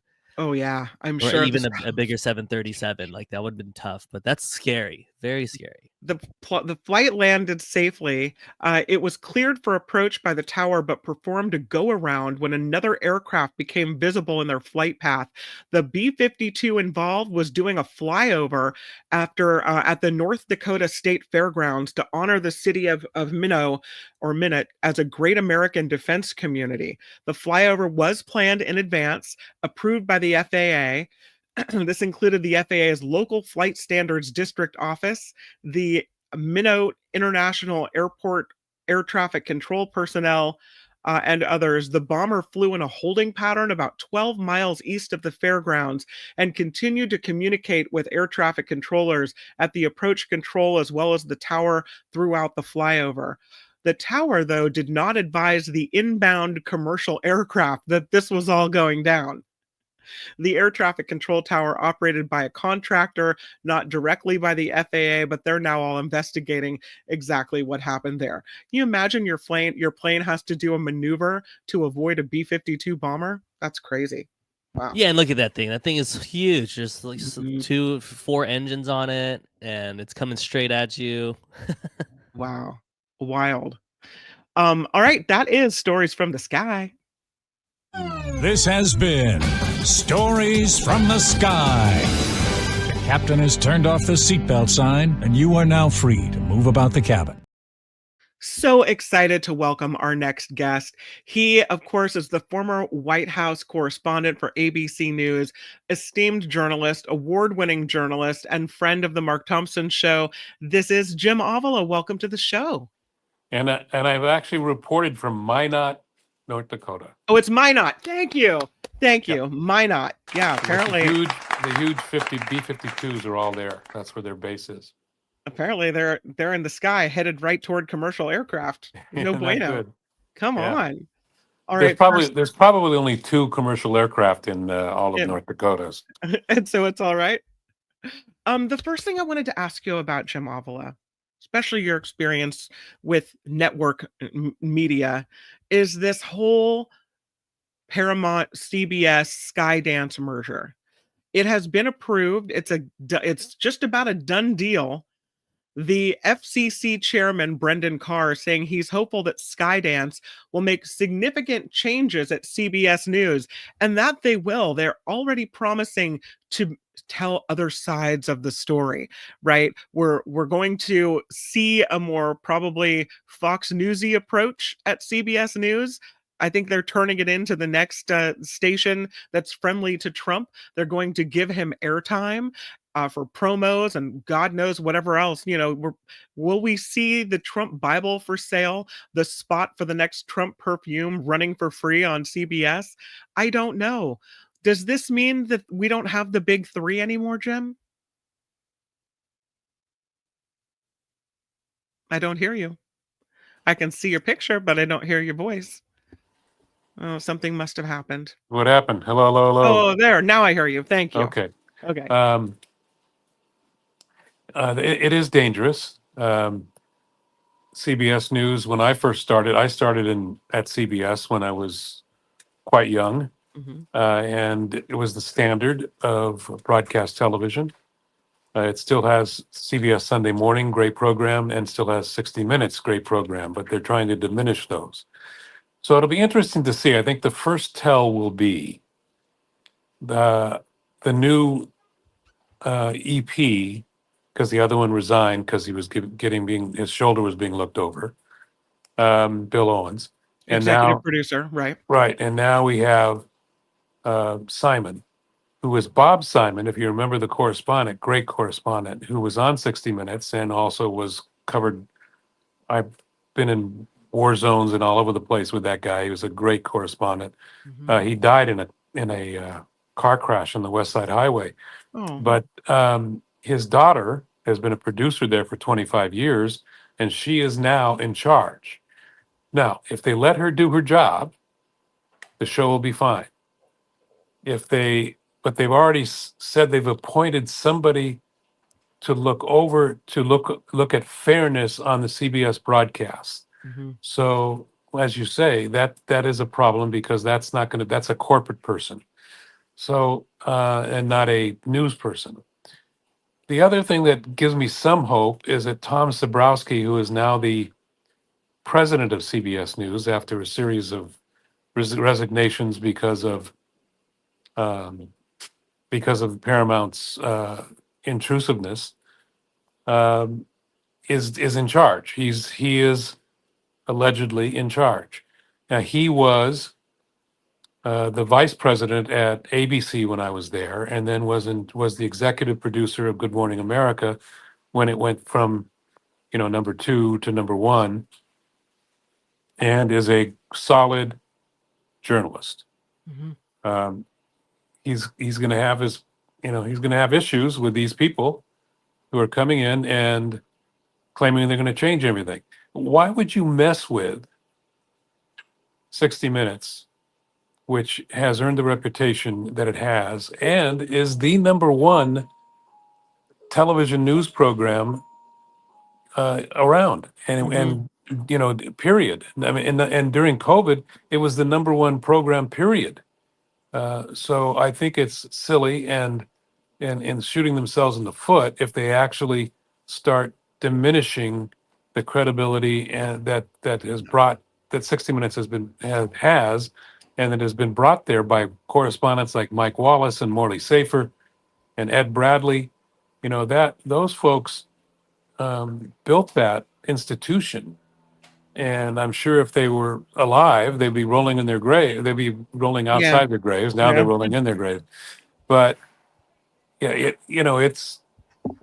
is very dangerous, and the whole thing is dangerous. I mean, ABC capitulated as well. So let me explain what happened on the ABC thing. Okay, so since I worked there, so George Stephanopoulos on his Sunday morning show said that Trump was convicted of rape. He wasn't convicted of rape; he was convicted of sexual assault. But the judge, he was found liable for it in a civil case. Found right? liable. Yes, the judge in his sentencing of Trump called it rape himself. So George was quoting the judge. So technically, it was incorrect. The thing that sunk them was that there were emails that were found in discovery where, these emails, you got to be careful of the emails. Don't put it in writing. Where George expresses his disdain for Donald Trump. So why is that a problem? Well, the liability laws, as you know, Kim, are that as far as a reporter is concerned, is not only do you have to be wrong, but you have to know you were wrong and publish anyway with malice. Yeah. So those emails kind of could point toward malice, and I think ABC capitulated, and that's what happened with them. With this CBS case, though, it seems to me that 60 Minutes did nothing wrong. Right. Editing a broadcast to fit into an allotted time is normal standard practice. They did nothing wrong here. So it really seems to me that the payoff to Trump, the settlement with Trump, really was a payoff to get approval for the Skydance merger. I don't think there's any doubt of that. Yeah, they just basically bought their approval from the FCC. That's it. Right. And I'm pretty sure that in those hidden talks during the settlement things, they told him to get rid of Colbert too. So, the Trump administration's efforts to destroy the reputation of our institutions, from the Supreme Court to the Congress to the media. He's been trying to do that for years. Yeah. And it's yielding some success. NBC is, they're not immune from it either. They could be in trouble at any point as well. And of course, they already hate MSNBC. And then they're going to go after CNN as well. We should be in a highly defensive position in the media against this administration. Are we, and I don't think we're there yet, but are we, in your estimation, headed to possibly some kind of state media where Trump controls the flow of information and what we're allowed to hear from our major networks and what we're not? Well, we're already there on Fox. Yeah. And on Newsmax. And so there are those outlets that he controls and the right wing controls. So will a government takeover? Well, what's interesting is you'd think they would have used those funds to take over PBS and NPR, and then they could have had their government station. They've gotten rid of Radio Free Europe. They've gotten rid of all these things where the government did have a say in what was going to be on the radio or television. And, will they continue to try to do that and set up their own particular station? I don't know that he has to. He already has them. He already has. We're in such silos. There are people who do nothing but watch Fox. It's on all day long. I have an aunt who I love dearly, but she is a Trumper, and she has, if she's not playing golf, she has Fox News on and is sitting there. We can't even speak anymore. Barely. We speak about, how you doing? That's about it.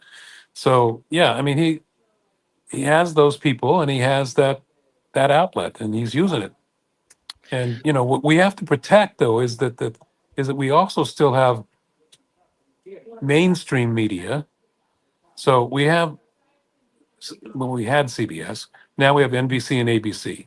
So if you watch the newscast at 6:30 or whatever time it's on in your local area, you'll see that there's 18 minutes of news. It's straight news. There's no commentary, and it's reliable. If you venture off into the cables, then you have to choose your silo. CNN tries to be down the middle a little bit, but they have more left-wing columnists than they do, and analysts than they do right-wing. And MSNBC, of course, doesn't have any right-wing of those folks. So you can watch those two and get, what I would claim, because I am a liberal and I admit to it, I would say that you get the true scoop of what's going on Yeah. in the Trump administration. Fact-based stories, right? Yes, and then they have people come in and comment on it, and then that's something different. I don't watch that so Sure. much as I watch Right. I watch CNN much of the day. I will Right. tune in and out to see what's going on, and I think it's still reliable. But I think it's interesting to see who's going to be the next target. They already banned the Wall Street Journal from traveling on the on Air Force One. As Yep. part of the pool. This is Rupert Murdoch's publication, and they're going after him. So I don't think there are any limits to what Donald Trump is willing to do. Yeah, it's really scary when you look at it, but I appreciate your perspective. I saw a story. I mean, it's so obvious. House Speaker Mike Johnson telling CBS News he is absolutely convinced that Republicans will expand their narrow margin in the House in next year's midterms. I mean, what's he supposed to say, right? Oh, we're going to lose big? No. Of Yeah. course he's going to say that they're going to expand their Republican seats in the midterms. I wonder if you're watching at all the run up to the midterms, the looking at the redistricting of congressional districts, the kind of plays that are happening ahead of time by both parties to see if they can figure out how best to use the rules to their advantage. And if you have any thoughts on what's happening so far. Well, in answer to your last question, I think Texas is well into redistricting, and they're going to stack their elections so that it's pretty difficult for a Democrat to win. So they will pick up some seats. Gavin Newsom has said that he will counter with redistricting in California to give Democrats more seats here to try to balance that out. So we'll see what happens. All bets are off about how much cheating there's going to be by the Trump administration, and here's why: the Supreme Court gave Donald Trump carte blanche. If he says he is acting as in protecting the election as a president, nobody can do anything about it. You can't take him to court for that. They have ruled that he is immune from prosecution if he was doing it in his line of duty. So what he's going to claim is that there's fraud going on, and so he's going to take over the election in Georgia or Florida or wherever, or his administration will. So yes, I mean it's they're going to cheat to do it, but they will do it. Now the only hope that liberals and Democrats have is that the overreach that they've been doing. Deportation is very unpopular, even though it started out as very popular, but the way that their tactics have and their hard-heartedness has turned off, especially independents, but even some Republicans. The economy is not, they keep, saying over and over how great the economy is. The economy was great because Biden turned it over to them great, and it continues to be just fine. Now, if he continues with these tariffs and the prices go up because of the tariffs, especially before the midterm elections, they're in big trouble. I think that they've overstepped and overreached, and now I was overly optimistic the last time, and I freely admit it, that there are more than 35% who are idiots. They're in this country, unfortunately.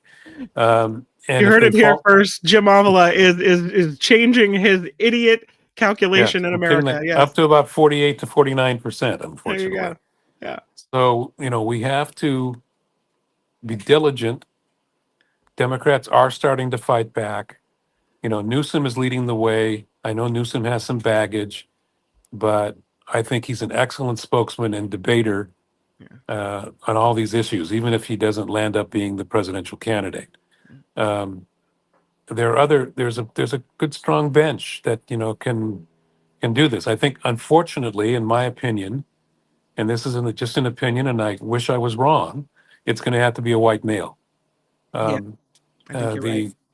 Unfortunately, the country has gone overboard on their racism and sexism.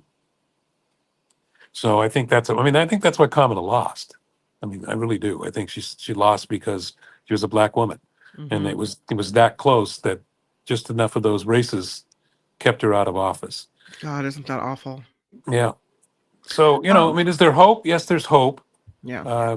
Am I banking on it like I was last time? No, I'm not. No. I've gone over to this dark side with Mark. You guys are sitting in the darkness together.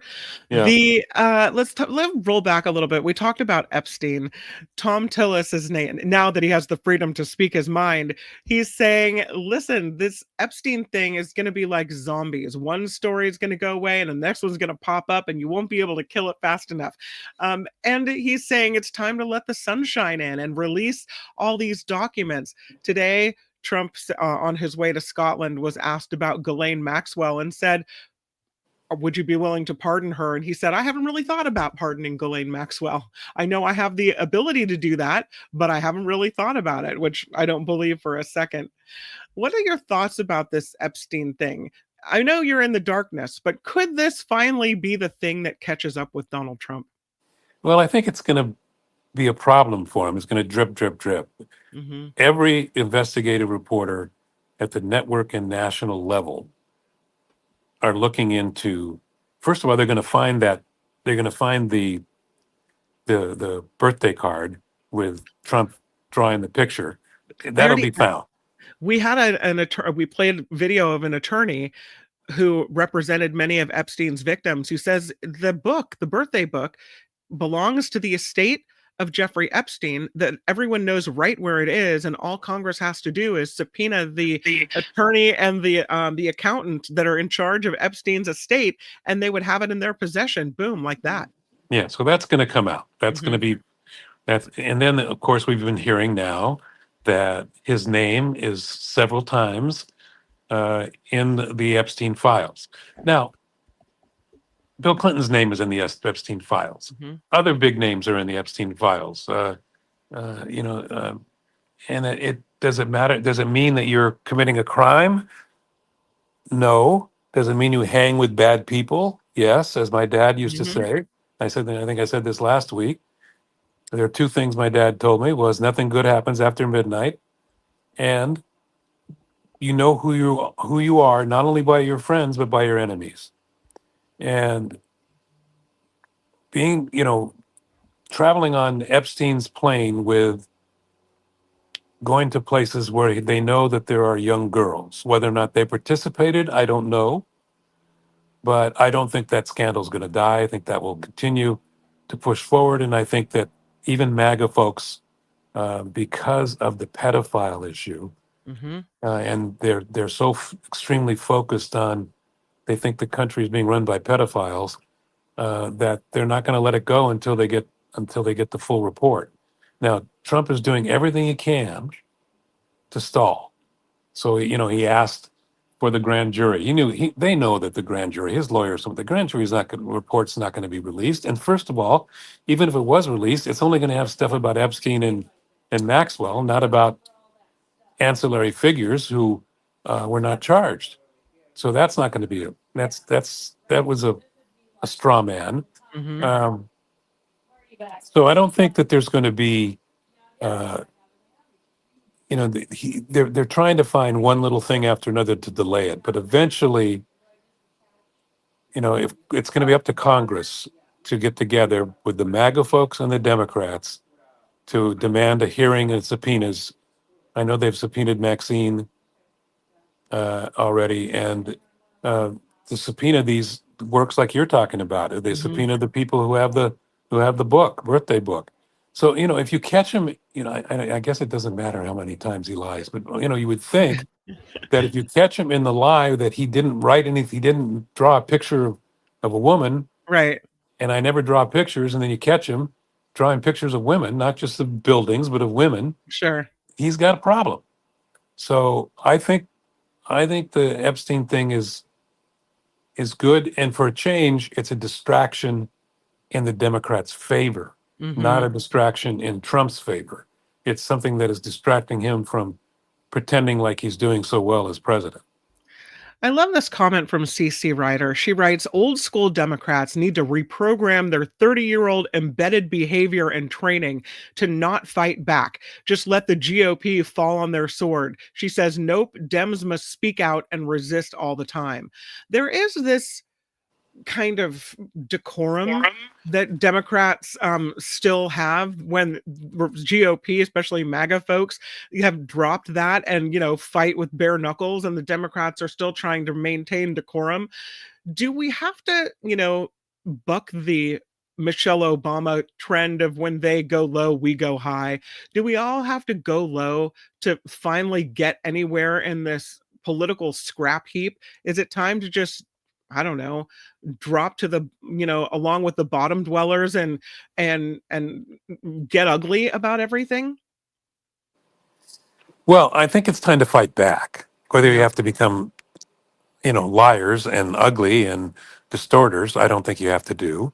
But I think if you just fight back with the facts and call him on his BS, then I think that is effective. I disagree with James Carville, who I do listen to a lot, who said that we should all back off and let them sink themselves. I don't think that's going to work. I don't think they can sink themselves.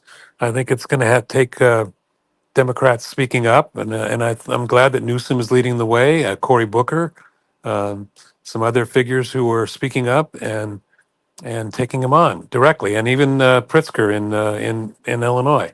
So there are some good, strong candidates who are eloquent, better at debating than Trump and his minions.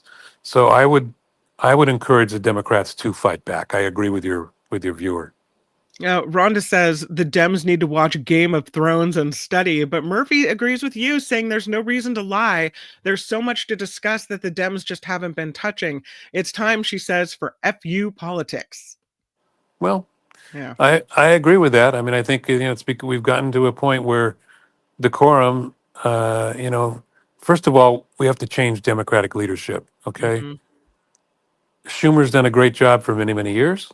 It's time for him to step away. Yeah. They need younger blood in there who can react effectively and use, what they ought to be doing is making AOC the spokesperson for the Democratic Party.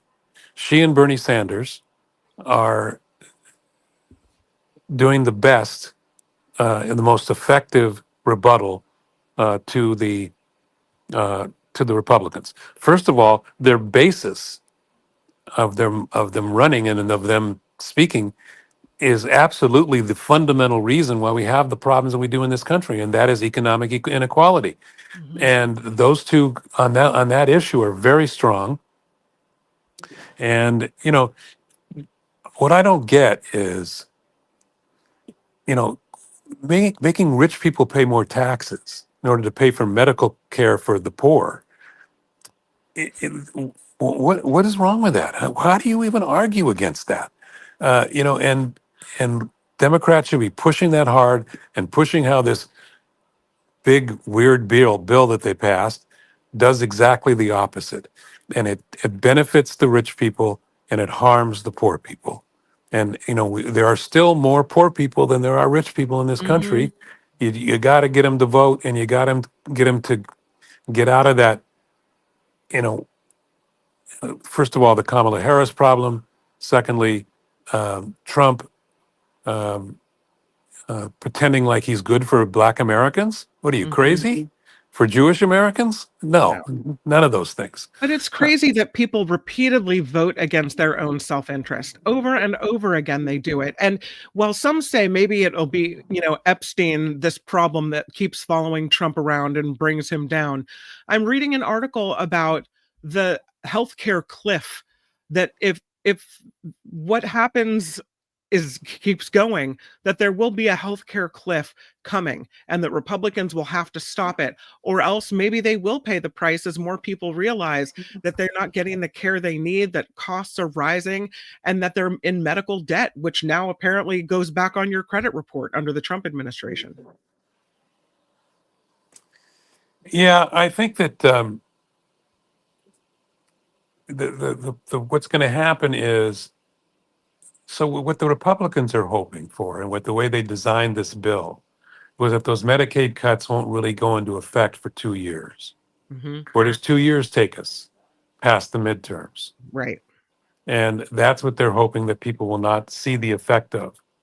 And I think that's what's going to happen, is that, that's the danger, is that people won't actually feel it.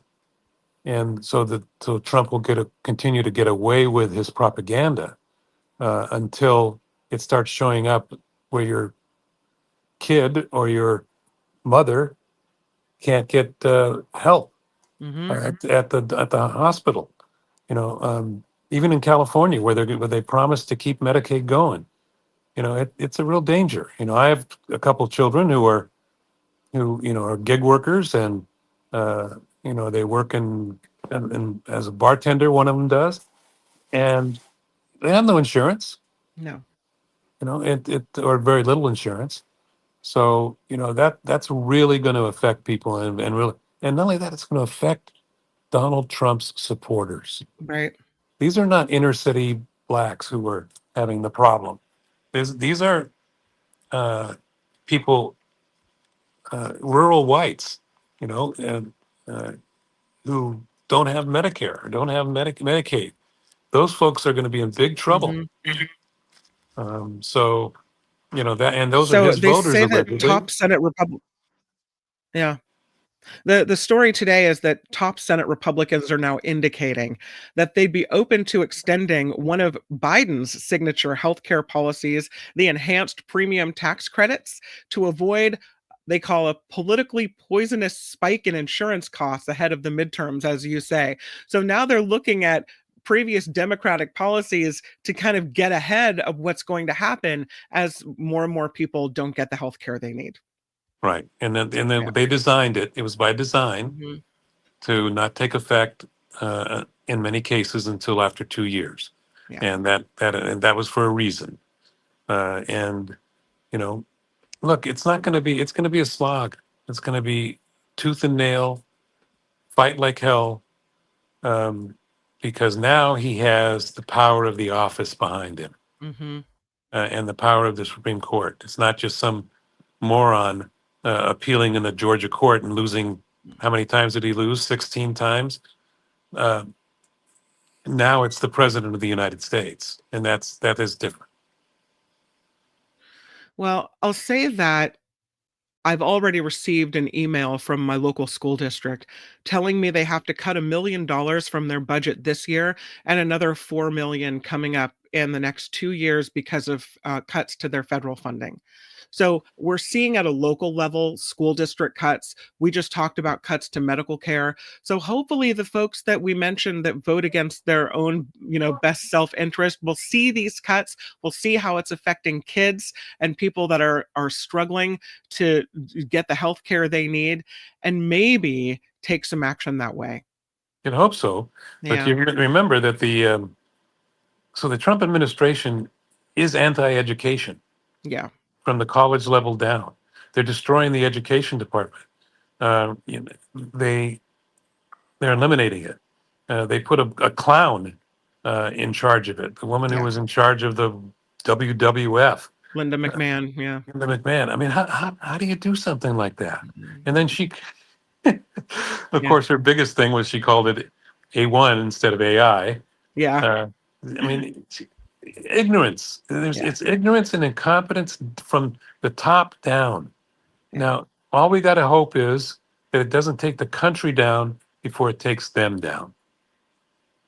Jim Avila, thank you for being here. I appreciate you coming on, talking politics every Friday. And I'll see you again next week. Thank you. I hope you're feeling well. And I'm looking forward to you coming back next Friday with Mark. Thanks, Kim. Thanks for being here. Bye, Jim. Bye-bye. Bye. Jim Avila, former ABC White House correspondent and journalist, and friend of the show. We have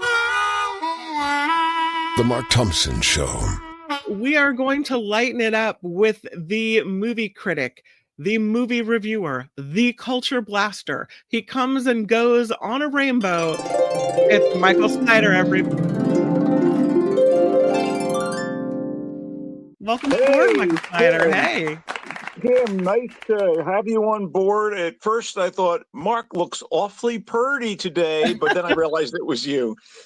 Oh, Anyway, thanks, Michael Snyder. Welcome. You're very welcome now that you said that. Thank you. Last night I enjoyed a steaming cup of that Coachella Valley mushroom coffee paired with a mushroom pizza.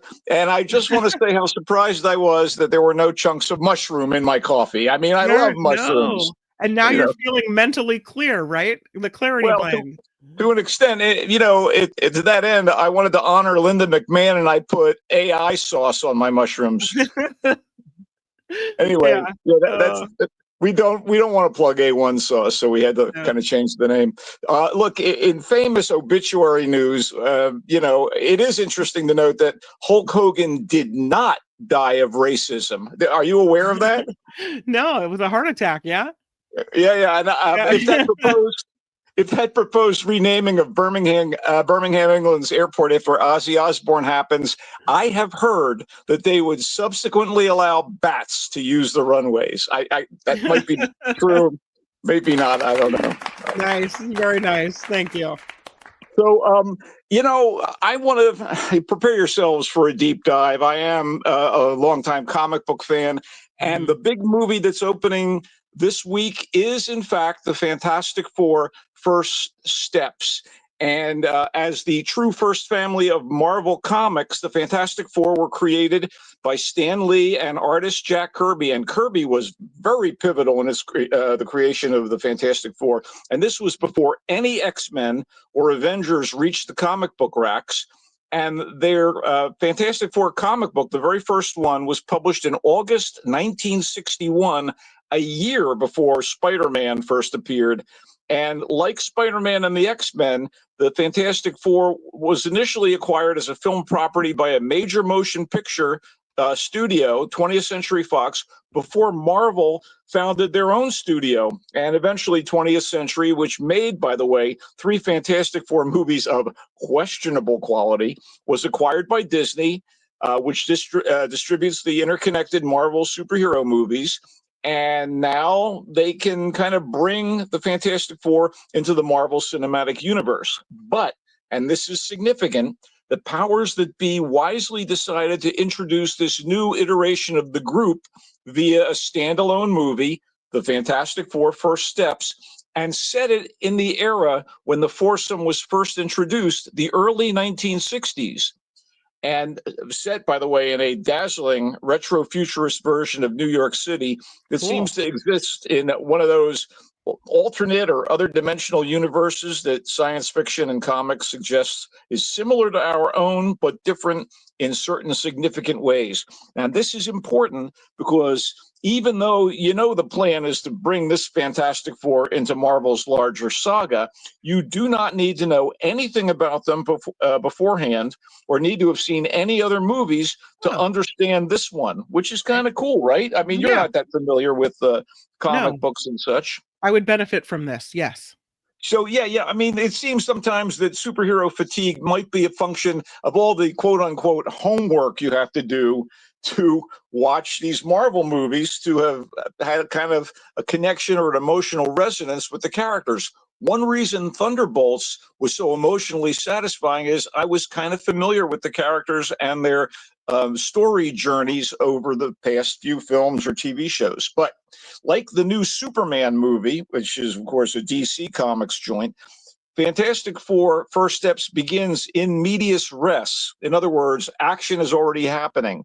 And the four heroes, scientist and elastic-bodied Reed Richards, a.k.a. Mr. Fantastic, his wife, the light-bending and blasting Sue Storm, a.k.a. Invisible Woman, her flaming, fire-wielding, flying brother, Johnny Storm, a.k.a. the Human Torch, and that giant orange rock-skinned powerhouse of a best friend, Ben Grimm, a.k.a. The Thing, have already been Earth's foremost heroes for 4 years since the quartet's pioneering spaceflight was bombarded by cosmic rays, mutating them into these freakish do-gooders who are the only bona fide superheroes around.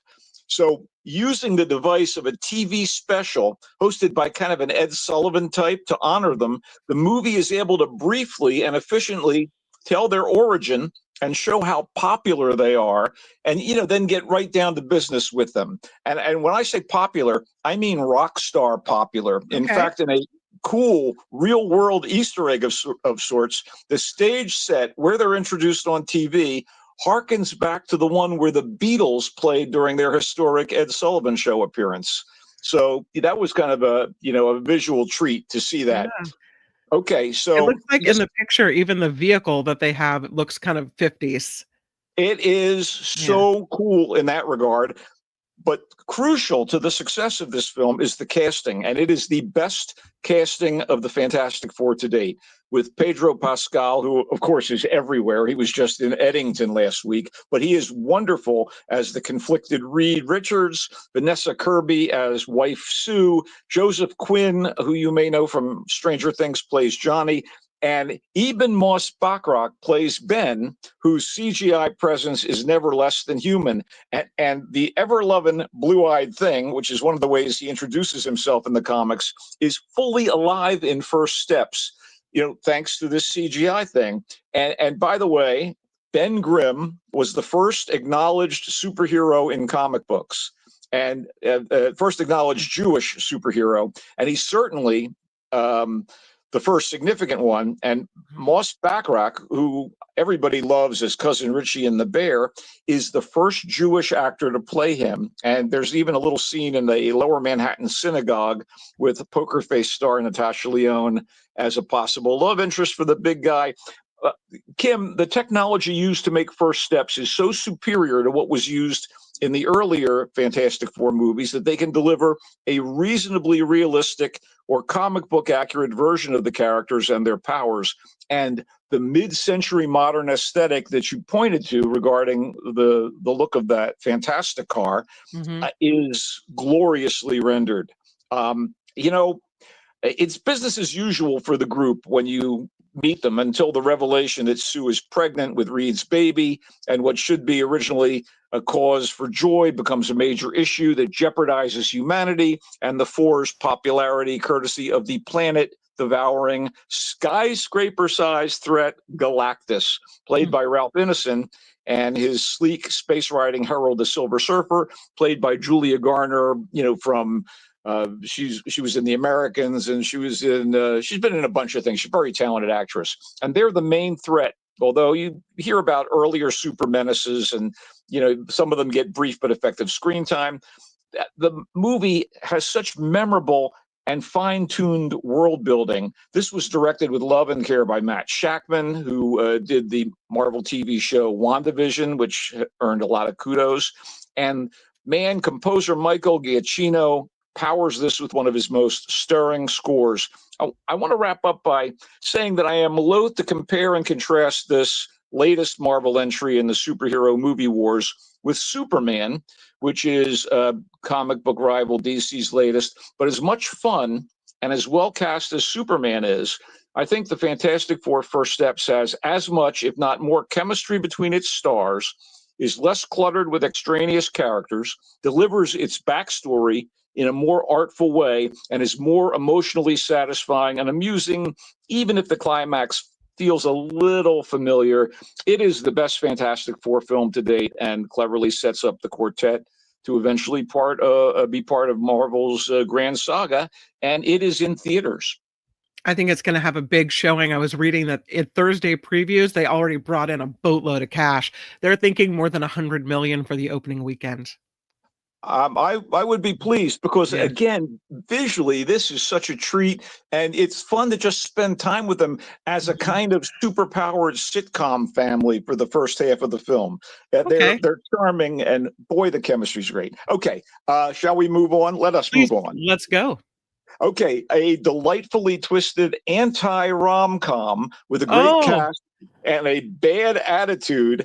Oh Hi stars the often winsome, sometimes snarky, and occasionally weird actress Molly Gordon of TV's The Bear. Hey, we have another Bear callback. She's Carmi's sort of estranged girlfriend from their youth. And Gordon has also been in the movies Booksmart and Theater Camp, which she, I think, co-wrote and co-directed. She also co-wrote the story in Oh Hi with the movie's screenwriter and director Sophie Brooks. And Gordon is so heartbreakingly good and appealing on The Bear that it's a little startling when her initially adorable Oh Hi character goes off the rails fairly early in the movie. Why? How? Gordon is Iris, a modern young woman from the big city, and she is off on her first getaway weekend to a lakeside B&B in the sticks with her new boyfriend, Isaac, well played by Logan Lerman.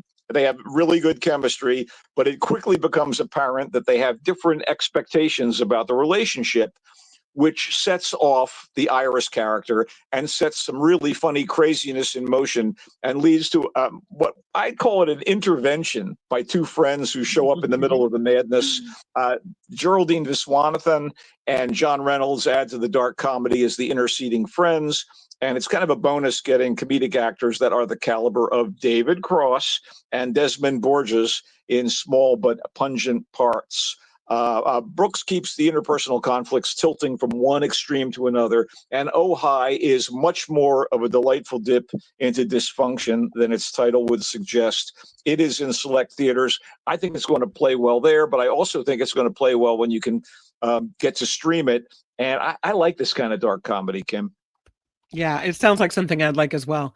I'm interested. You've piqued my interest. What else you got? Here's one that you're not going to be interested in, unless you want to kind of have some fitful laughs. Trying for an Ari Aster elevated horror light vibe. And Ari Aster is the guy who did Eddington, but he started his career doing those incredibly chilling horror films, Hereditary and Midsummer. But The Home definitely has some moments, and quite a few of them are eye-rolling.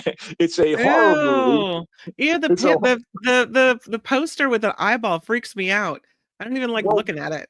That's why people should be looking at the YouTube stream instead of listening to the podcast. Gross. Anyway, okay. So this is a horror movie about a former foster kid turned disaffected graffiti artist, played by ex-Saturday Night Live slacker icon Pete Davidson.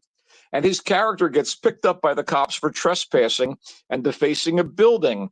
Rather than a jail sentence, he gets a chance to earn time served by working as a janitor at a retirement home. Now, from what we know about the hedonistic Davidson, this is truly a horror movie for him. A party-hardy lunatic stuck cleaning up in a facility filled with old people, some holding the line, but some in pretty frightening condition. And Kim, there's not a Kardashian in sight. It's truly horror for Pete Davidson. Anyway, you get a few good veteran actors here. John Glover, Bruce Altman, Ethan Phillips, and Jessica Hecht are the most prominent. Okay. And then there's Pete, who can actually shine if given the right script for his limited skill set, that being, his jerk character, Chad from SNL. But there is not a lot of help from director and co-screenwriter James DeMonico. The scenes are no big whoop, scary at times. There are the jump scares. But a major twist feels like it might have worked considerably better with a more relatable and likable lead. For all of the goo and the gore that drips here and there, this doesn't really cut it. The Home is not so much a B movie as, a C- movie. And if Davidson's presence was an indication that this was meant as a horror comedy, someone must have murdered the laughs off screen. If you haven't figured it out yet, this Home is not where my heart is, but it is in select theaters. I love that review. And I don't even know if I want the next review. This movie is called what? Ick? Ick. Oh, yeah, you're looking at the list, Kim. Oh, you're doing I'm sorry. thing. Okay, so wait. Now, Ick is an unabashed horror sci-fi comedy with no apologies for how broad it's played, and I laughed. It features a smart script with timely references that veer into, sly social satire. In the spirit of The Blob and James Gunn's first major film, Slither, it concerns an otherworldly, moldy, vine-like plant that has slowly taken over the suburban town of Eastbrook. The character of Hank is a former Eastbrook High School football hero whose college career and romance with cheerleader Stacy were derailed by an on-field, let's call it an ick-induced injury, leading him to eventually become a science teacher at his old alma mater. And only he and his snarky student Grace, who happens to be Stacy's daughter, seem concerned as the omnipresent ick, always taken for granted by the townspeople, starts to become more virulent and invasive. So, like most of the locals, Stacy and her husband are blissfully going through life unaware of the danger posed by the ick. In fact, no one has any intention of canceling the school prom, even as the ick gets ickier. Anyway, Joseph Kahn cheerfully directs the screenplay that he co-authored with his tongue firmly in cheek, and his cast, led by the very ingratiating Brandon Ruth, from superhero callbacks, Superman Lives, and DC's Legends of Tomorrow. He was a Superman on the big screen, Brandon Ruth. Here he plays hapless but noble Hank, and Mina Suvari, American Beauty's teen dream, all grown up, plays Stacy, and they deliver the silly goods. Plus, Melina Pauly Weissman is quite self-composed as the pivotal character of Grace. And for good measure, you get Deborah Wilson and Jeff Fahey hamming it up. If nothing else, Ick is an entertaining time at the movies when smiles and escapism are in short supply. It's a trifle, but as snacks go, it's pretty toothsome, I think. And it is in select theaters. And I can't imagine it won't be super fun to watch at home, too. Awesome. That's Ick. All right. Anything else?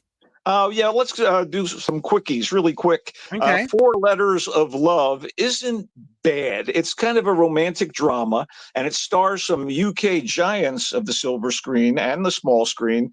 Pierce Brosnan, currently on a roll with Mobland and The Last Rifleman and Black Bag.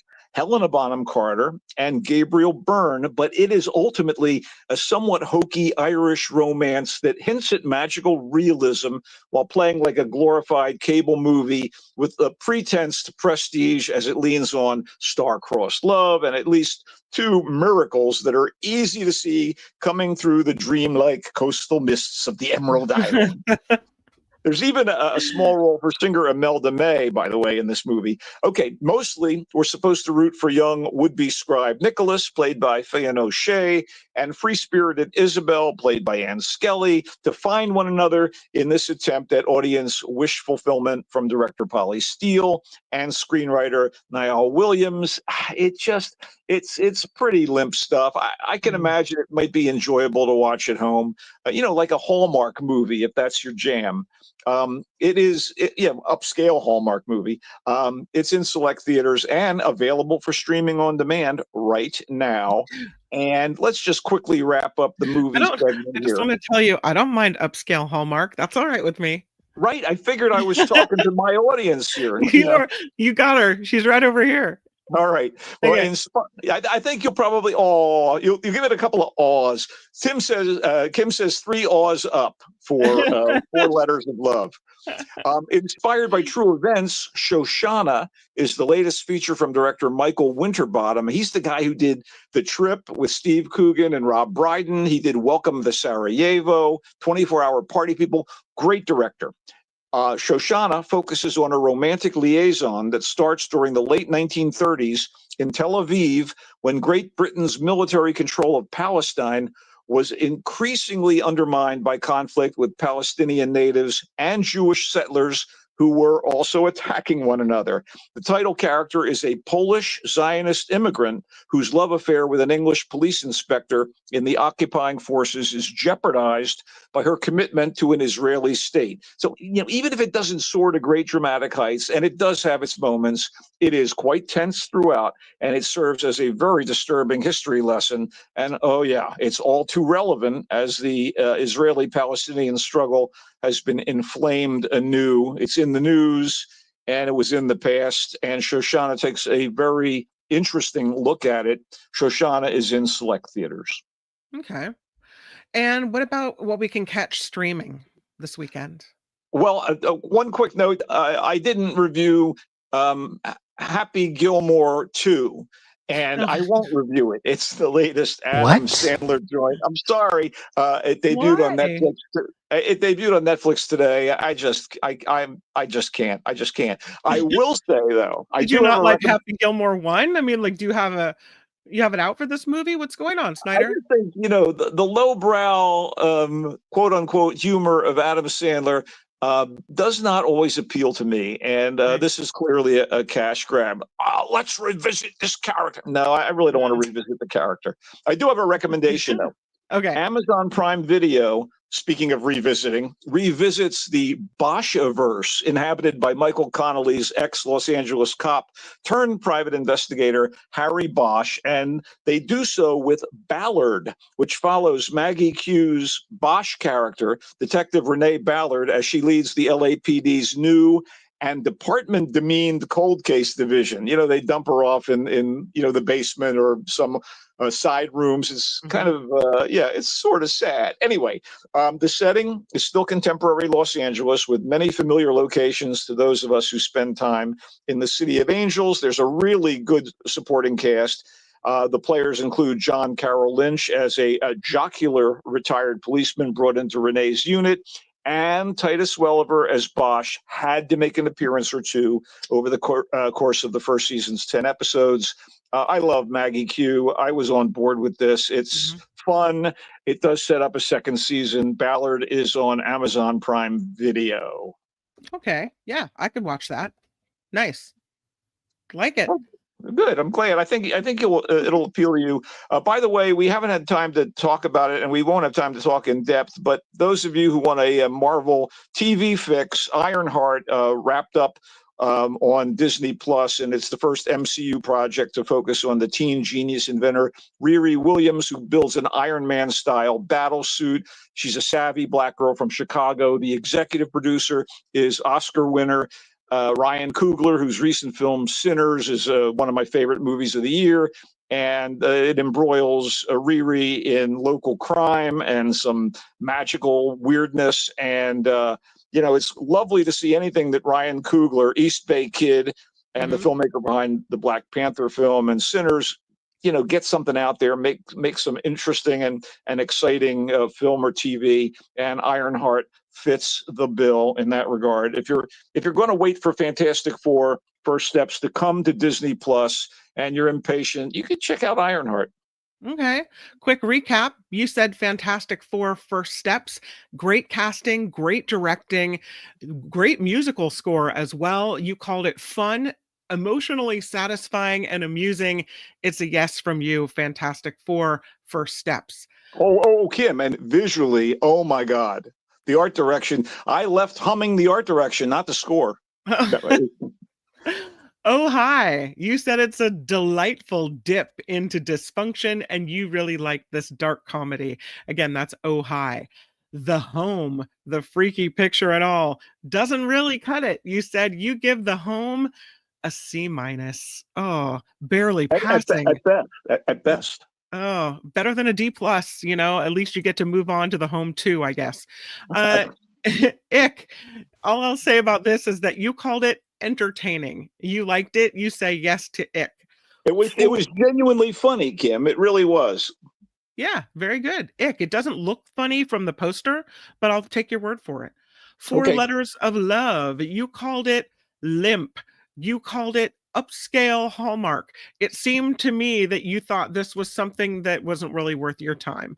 4 Letters of Love. I with those actors at the fore, I was expecting more. That's all. I mean, Pierce Brosnan in a movie called 4 Letters of Love. Sign me up. I'm already there.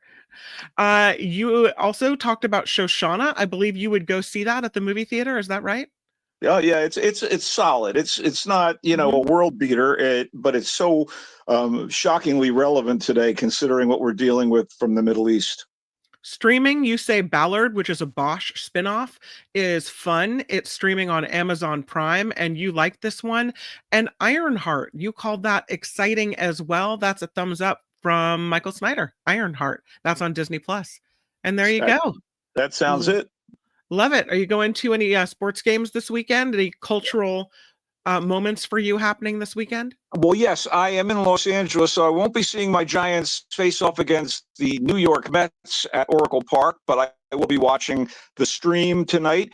And tomorrow, I'm kind of excited. Mr. Music Head Art Gallery, they specialize in rock photography, is doing what looks to be a very exciting exhibit, and it is called Stones in Exile. It's vintage photographs when the Rolling Stones in, I think, 1971, 72, for tax reasons, recorded their album, their crucial album, Exile on Main Street in the south of France. And it was apparently a constant orgy of drugs and sex. And it turned out to have been the crucible that made what people consider their best or one of their best albums. I can't wait to look at that. And I will be, of course, at the monthly Constellation Club at the Formosa Cafe on Saturday night, dancing to the space age sounds of Curtis Lindersmith, our DJ, who plumbs the depths of 60s and 70s deep cuts to get the dance floor rolling. Michael Snyder, he comes and goes on a rainbow. Thanks, Michael Snyder. You're welcome, Kim. See you next time. Bye. Some people to thank. We're overtime already in the rich tradition of the Mark Thompson Show. Do want to say huge thank you to everyone who contributes to this show, and that includes Ellen Anders with a $50 super sticker. Ellen, thank you. That is so nice. The show is crowdfunded from Patreon to PayPal to the super chats and super stickers. Thank you guys for keeping us going. You'll find all the information in the daily show description and in the About tab and at the website, themarkthompsonshow.com. Got to put the in front of it. themarkthompsonshow.com. Albert, we did it. Thank you for all the pictures and the videos and the comments. I appreciate you. We made it, and happy Friday. Any plans this weekend, Kim? I'll be taking care of my mom this weekend. So family time. Yeah, family time with mom, hanging out and making sure she's all right. So that's what I have on tap. But I hope you have a great trip to Hawaii next week. And aloha, my friend. I will make sure to have a lot of fun and eat a lot of good food. And there you go. Go to the beach and make sure to take a break. I'm Cheryl Stevens for the Mark Thompson Show. Bye-bye. I need a little break, so then I'll be excited for. I'll also do Friday Fabulous 4 tomorrow, so no need to worry about that. Next week on the show, Michael Schur hosts on Monday. Gary Dietrich will be here to talk politics as well. Bye-bye.